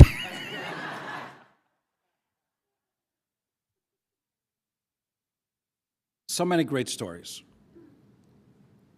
I don't spare an opportunity when Monica is about to speak or has spoken to from behind the scenes, from the peanut gallery, saying, Monica, say it louder, we couldn't hear you. Monica has always been heard. Her message has always been on point. She's all about the kids of this community. And I'm going to miss you. I'm going to miss you, my dear friend. You live, breathe opportunity. You don't just experience it, you actually build it. So I leave you, dear Monica Garcia, with the one statement that I always use when I'm saying hopefully something meaningful. There are those who sit in the bleachers and heckle. There are those who go in the arena and bleed and fight for what they believe is right. And it is those who can change anyone's impossible into everyone's inevitable. Thank you. God bless you. Thank you, thank you, thank you for being my friend, for being one of 7 voices that brought me here. You've opened my eyes to the beauty of Los Angeles through a different angle. And I will always cherish you. I will always treasure you. And I will always be your friend. Thank you.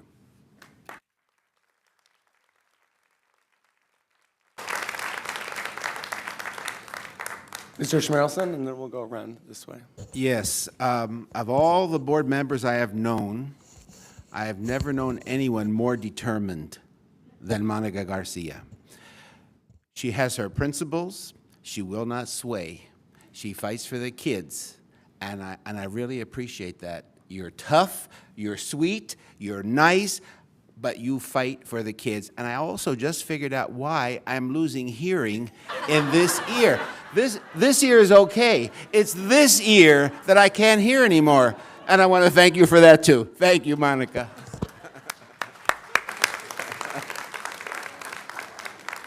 Thank you. Mr. Shin, would you like to say a few words?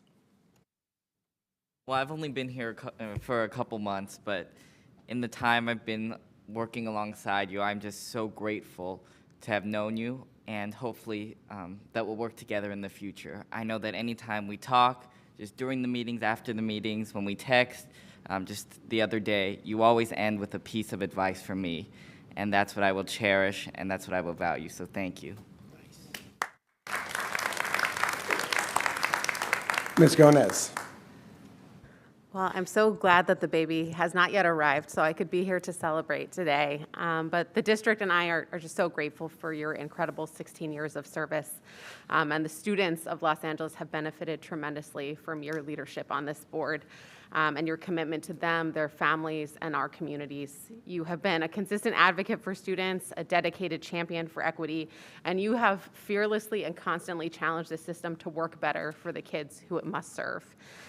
You have an unwavering belief in the possibility and promise of our students, and because of that belief, you led us through incredibly difficult times, especially during your tenure as board president, a historic tenure at that, and hundreds of thousands, and now cumulatively millions of students have benefited from that stability and that leadership. The new schools that this district built to reduce overcrowding, access to college-ready coursework for all kids and not just kids who are privileged, and a shift from criminalization and punitive discipline to restorative justice. You led on all of that when it was unpopular and when it was hard.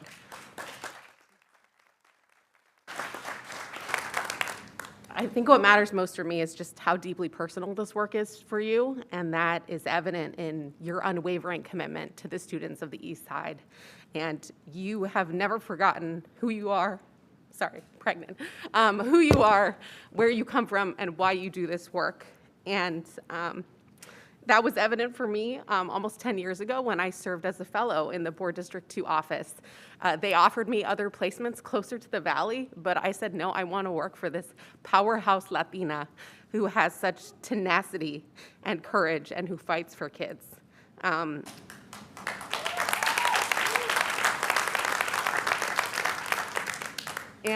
you have been a role model and a mentor for many Latinas, especially Latinas in elected office. As the third Latina in 150 years, I would not be able to be the seventh without you.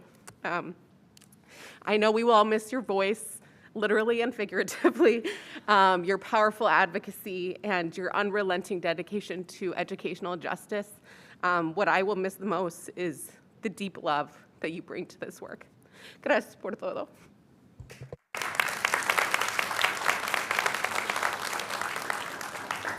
We've probably had the most complicated relationship of anyone on the board. And I admit that freely, that we've had plenty of places where we didn't agree. But what I always admired about you, and still admire about you, is you're putting forth equity as the first most important thing this district has to deal with. On this board for 8 years in the 1980s when we had no place to send any children anywhere. And I saw the inequities of the district I represented at the time and where my kids had to go, an hour and a half, 2 hours each way on buses, leaving before light and coming back after dark. And I knew that if there was going to be a voice saying this has got to stop, it would be yours. And I appreciated that in Sacramento because I often referred to the things that were going on at the board, which you were then on, when I was pushing for them to put in a separate fund for our district and other districts that were excessively overcrowded. I quoted you frequently because the one problem that I see the most in Sacramento is there's no sense of equity. Everybody's looking out for those who are most likely to vote for them, and they are not necessarily the folks that need that additional help and the most vulnerable of folks. And so I say to you in all candor, I hope there's a role for you in this equity fight, because it is far from over, and it is certainly far from over in Sacramento. And I hope you will consider being in that fight in some way or another. People say to me, really? You're saying that? Yes, I am saying that. Because when you debate the education budget in Sacramento, I chaired the subcommittee, you could be surprised that nobody seemed to care about equity at all. It just never seemed to come up except in one or two people who felt the same way all of us do, that the more vulnerable need the more money, and the less vulnerable can do with less money. So I thank you for that. I thank you for that from the bottom of my heart, and I thank you for all of the times that we shared greetings to folks on Zoom, and you always talked about love. We talk so little in this culture about love, and yet it is, in my opinion, the most motivating thing for everyone. So thank you for what you've done, and I'm glad that we managed to work together collaboratively in spite of the things that we're different on. I think it is something that we all should aspire to, is to find the ways that we agree, even when there are areas that we don't. And you were willing to do that with me, and I appreciate it, and I wish you the very, very best.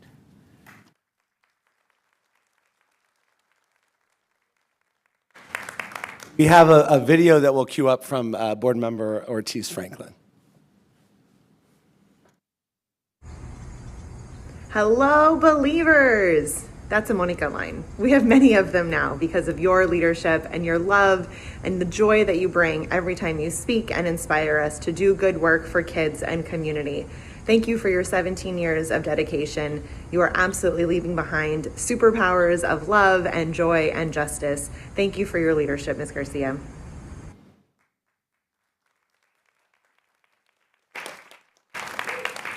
Well, I'm not often at a loss for words. But I have been, because as I try to think or put pen to paper, I don't know how to express my deep, abiding love for Monica Garcia. And when I suggested that maybe I do it in song and dance, my staff said, if you love Monica, don't subject her to that. But Monica, you've been a trusted colleague, a mentor, a co-conspirator, and a friend for 5 years. And beyond. And when we were all sworn in 5 years ago, someone asked you if you were passing the torch to this next generation of school board members, and you talked about how you weren't passing the torch, you were keeping your torch, and you were using it to light other torches, because only then would there be enough light to move this district forward, to move the kids of this district forward.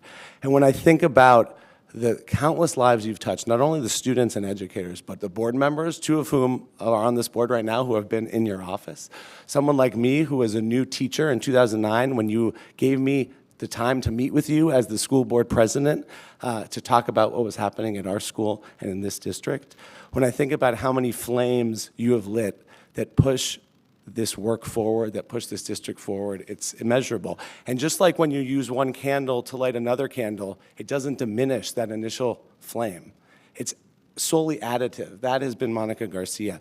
Your mentorship, your support, your years of service to this place, to this city, has not diminished at all. If anything, I think it's increased your resolve.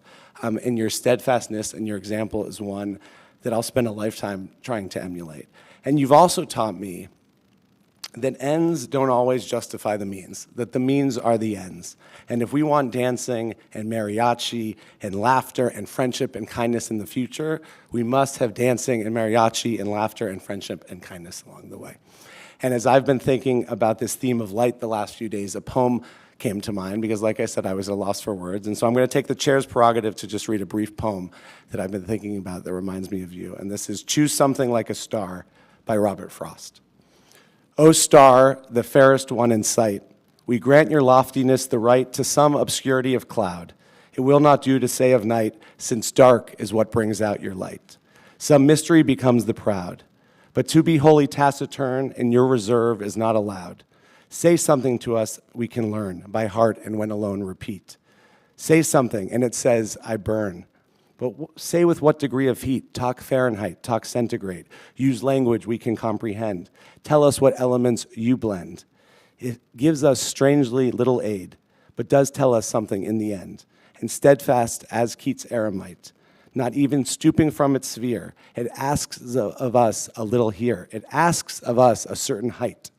So when at times the mob is swayed to carry praise or blame too far, we may choose something like a star to stay our minds on and be stayed. Monica, you have been that constant, that lodestar, and you and your legacy ask of us a certain height that we will continue to meet in your absence. Felicidades, Mazel Tov, thank you, and the floor is yours. I don't know what the end was going to look like, but boy, what an amazing moment to share with all of you. Soy Mónica García, hija de Manuel y Guillermina García, hermana de Ana María, Marta Patricia, Lilia Esther, y Manuel. I am so grateful to be able to celebrate the movement for equity, access, and justice with all of you. I am so proud to be in the company of, I just have to say, I've got Rough Riders and Bulldogs, but I feel so lucky that my mom and dad and my tias and my tios and my sisters and my comadres and so many of you believers, and indeed the leadership of the second largest school district in the country is here. I'll have to tell you, this journey has been an honor to serve alongside of you.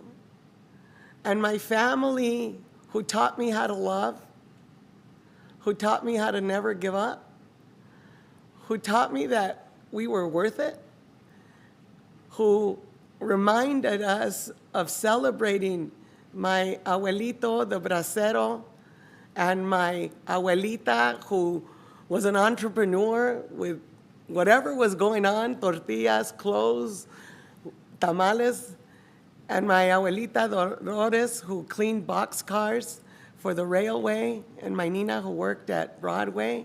These were just people who poured in love. Their sacrifice was about the future. Their fight for their family was about their responsibility to make the planet better. And when I got an opportunity to be on the school board, I just have to tell you, it is that energy of knowing who we are and knowing who those families are that came, that I knew we could do better than 50% graduation. So today, I'm overwhelmed with the kindness, my colleagues, superintendent, the video, the mariachi, beautiful. I want to say out loud the names of the people who have been part of the District 2 leadership, and I focused on recruiting graduates and telling people that they are the vision walking, those young people who graduated from our high schools and led in our office.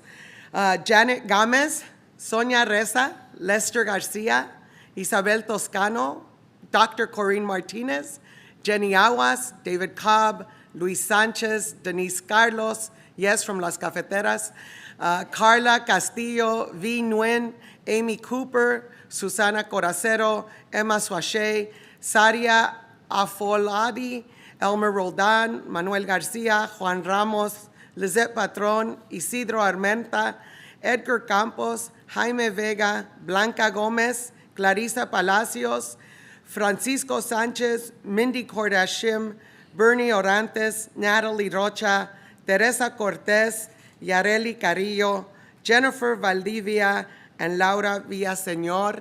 I just want to say thank you to all of you for lifting our charge of serving families like ours, of fighting for those that would not be seen yet by the district or success. I am going to enjoy today knowing that there are so many educational justice warriors inside our school district. In BD2, we are proud that we have had an inside-outside strategy. We knew, Superintendent, we couldn't do it alone.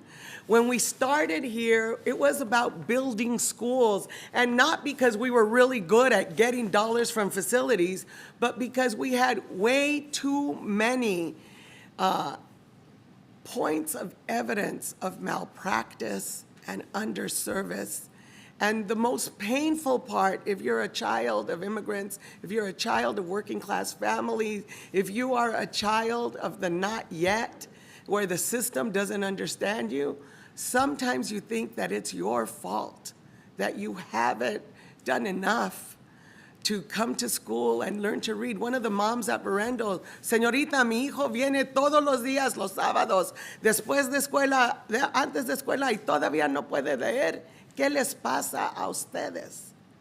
Right? So those moms who were my bosses loved their children the way Guillermina and Manuel loved me. And I knew we had to do more. And so in District 2, there's 40,000 new seats from when we started to today. And while today we may have extra, I'll just remind us, we have to understand that was a physical representation of what the kids of 1968 walked out about. We were telling a person, no, we don't have enough space for you. Get on a bus and go across town. And then when underachievement or graduation was wild, we would say, well, they don't want to or they can't. That's what the system that I met in 2001 was saying out loud on the radio, on the TV. We could look at KLCS, and here's where I'm proud. We don't say that anymore. We're struggling, and it is not in 2006, and I find the great privilege of being one of those children that got enough. I'm a first-generation college goer, and I think all of you know my 0.045 GPA my first semester, but I am a believer in second chances because a place like Cal was interested in finding out what happened to you, Monica. How did you get in and how do you perform so poorly? And they, 2 deaths in the family, a car accident on the day of the poli-sci final. So many Garcias in the Chicano Studies class, I got somebody else's F, it's a true story. But I got a chance. And so I wanted to be, you know, when I became a counselor or an academic advisor for Volunteers of America, and God bless the Education Talent Search program. Talent Search, I defined as whoever showed up, right? Yeah. And so the government and the public sector does do amazing things.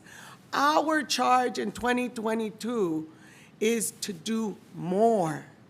I hope this district once and for all has left success for some at the expense of success for all. I hope we learn to be more honest about what we fund and what the system can do, as opposed to blaming the victim and telling children they are their own cause of being left out of academic wellness and social emotional wellness. So I hope we have learned together, and I'm really proud, I say it with a lot of pride, I'm the only social worker on the school board, but what social work taught me is that change somewhere is change everywhere. And so I will say to you, the movement to build new schools, and in Board District 2, it was Santee, orthopedic magnet, Felicitas and Gonzalo Mendez, Esteban E. Torres, Garfield grad, West Adams, Ramon C. Cortines, Hilda Solis, Miguel Contreras, John Leahy, Julian Nava, presente, the first Latino board member ever,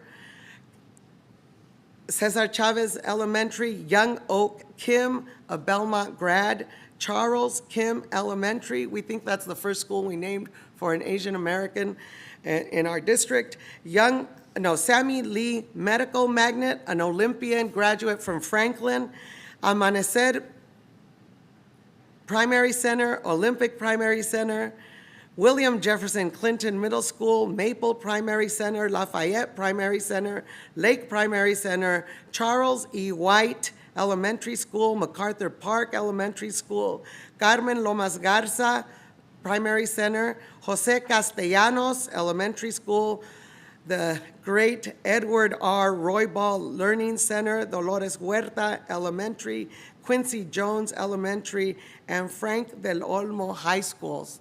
All of those bringing services and support to children who lived from Koreatown to unincorporated East LA, from Dodger Stadium to USC. The building program is probably the greatest example we have of putting dollars where the need is. It did create the haves and have-nots, and therefore having 100 schools that are reaching 100 years old, like Belmont and Roosevelt and Garfield, our modernization program is intense and amazing. So thank you to the voters of LA Unified that have continued to support our schools. The pipes, the roofs, the air conditioning, the spaces to play, the spaces to read, the investment into working class communities has been so consistent and intense since that fight for BB in 1997. The history of LA Unified is a conversation about, at one point, kids walked out to be seen. And when we celebrated 50 years of the East LA walkouts, that many adults told me, I had no idea. 50 years later, we invited our students on buses, LA Unified, to walk in to college and career readiness, walk into graduation, walk into Cal State LA. Thank you, Bianca Guzman and Bill Covino, and all of the employees of LA Unified at those schools who were willing to stretch. A great colleague asked me, Monica, what happens if we don't get to 100%?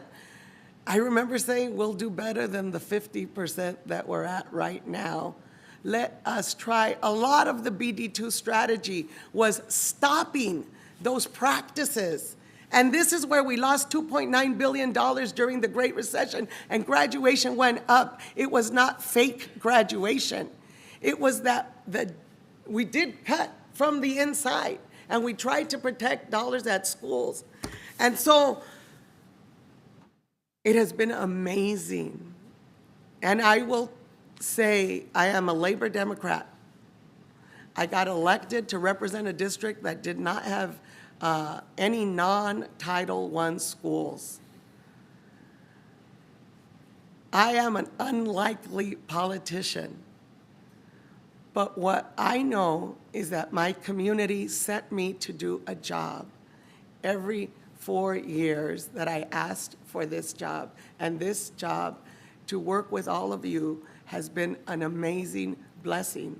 We have a lot of work to do as we commit to lead the movement. We, LA Unified, must lead the movement. The system does not change on its own. It does what human beings tell it to do. We have a great example in the pandemic. What happens when people declare an emergency and act like there could be a solution? Remember when people were trying to decide who gets the vaccine? That's the work of this body. That's the work with all of you. Because if you're a poor kid and you get to read and write, life is better for you and, like our mayor said, for our region. I love that the mayor of LA is an LAUSD grad. I love that Senator Padilla is an LAUSD grad. I love that there are many, many people who have walked through our schools that are part of the movement for access, equity, and justice. Lastly, it has been just an honor. It has been an honor to struggle with all of you. And I am filled with gratitude, and I am filled with love. And so this has been about Our movement was never about one school or one neighborhood. Because why? We learned quickly. It wasn't just South LA, but the West Side. And when I drove up to God Bless America, they asked me to speak in Spanish too, way over in District 1 at the time. But you know what? Board members have to be supported by all of you to learn what we do not know, to learn your struggle and your journey so that we can see more clearly about the impact. And then we just ask LA Unified, serve our children, make your decisions, and make them in public so that we can see what you choose to do. What we know is that the future demands of our children things we yet don't know. So we're behind, we know that. We know that. We didn't get to 100%, but we got to better. And when I think about Paul Botello lifting the I Believe in You mural at Torres High School, and he said, this is a prayer for every community in Los Angeles. And if you were the board member of District 2, where violations of children's dignity was happening because of the absence of infrastructure investment. And charter schools came and said we could help. It's very hard to say no to someone who's willing to help a kid save their life. Because LA Unified, we do it too slow. I love that Nate was 2 when I got elected, but he's graduating now. So Nate needed us to move it. And Maya, who was born in 2011 and is in 6th grade now, she can't wait for us to get it right. She is working with the absolute best she has, surrounded by the love and support we give her. So I just want you to know, the board will decide what comes next and what we have to do for the financial bottom line. But charter schools have helped us meet our responsibility to lift opportunities for particularly poor people. And when I met KIPP, they were just one school, and quickly there were 3 blue ribbon schools. And when I met the Alliance, quickly 99% Latino, 99% child of poverty, 99% success. And of course, the Belmont Comadre at Camino Nuevo charter school, a very small campus with 91% graduation in the Belmont community when we were struggling to surpass our 24. This isn't about school competition. This is about helping those young people get to their best self as soon as possible, surrounded with so much love. The people who sent me here don't care what the school is called. They care that their child is safe and supported and successful so that their sacrifice and love is reflected in that next generation. Gracias, gracias, gracias. What is before you is to continue to include people, challenge the family, because we are Labor LA. We are Democrats. We are the blue of the blue. And yet our schools need so much help. LA Unified is a very, very special, special place. People keep asking me to say what I'm most proud of. I think I'm proud that there is a belief system here that isn't just about the noise and the anger, but it is about challenging ourselves to see each other as valuable and worthy, regardless of what we might be showing up with today. I've loved my time with all of you. I came here very, very angry, looking to put blame for the injustice. And I leave here very, very inspired and committed to see what this organization can do when it's willing to do different. Gracias. We have posters for anybody who wants them. But I want to take a moment and say thank you, Theo Mike, Garcia, Hollenbeck, and Garfield. Father, we are finished. Thank you for being our fierce leader always. Tia Gloria, who has her Roosevelt leadership sweater, and is it 60th anniversary? 60th anniversary coming.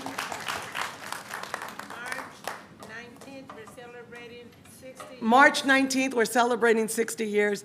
Tío Fred, Tia Maria Elena, Mother Tia Blanca, Pirates, all of you. I think Tia Blanca is also a Rough Rider, married to a bulldog. And Corinne Martinez, thank you. I wish for every student a friend like you. Board members, I'm going to be quiet. I'm done. I want to thank you all for what you do for children. And I'm really happy about getting a bell.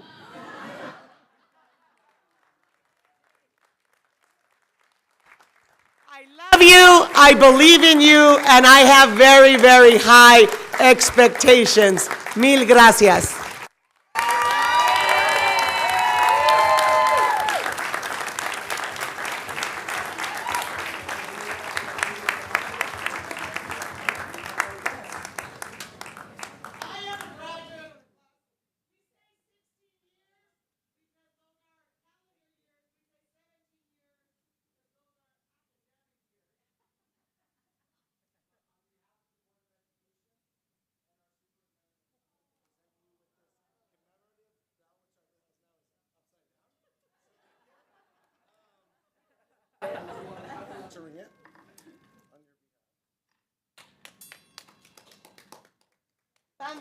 There we go.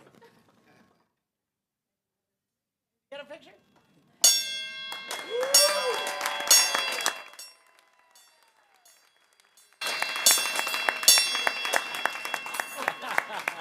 We take a picture up here and then we'll do a picture with the board. Do a picture with the board and then we'll do the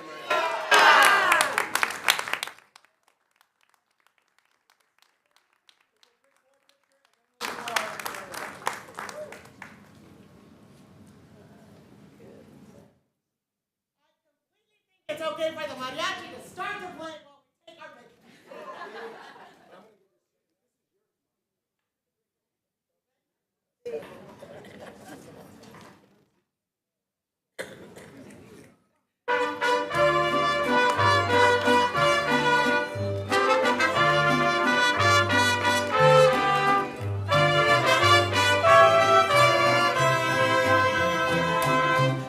Yo sé bien que estoy afuera, un día en que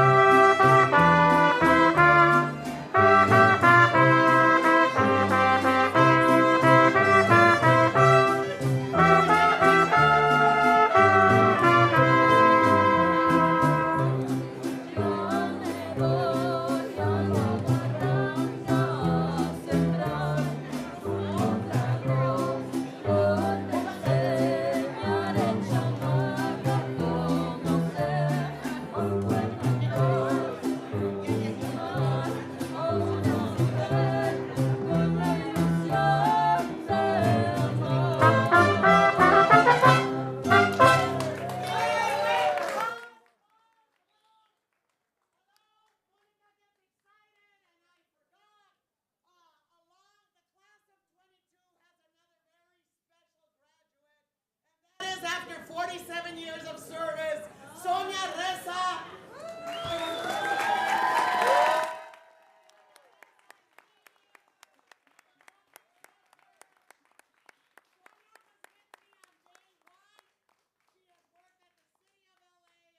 Of California. She is an amazing freedom fighter, the women's movement. People like Sonia Reza.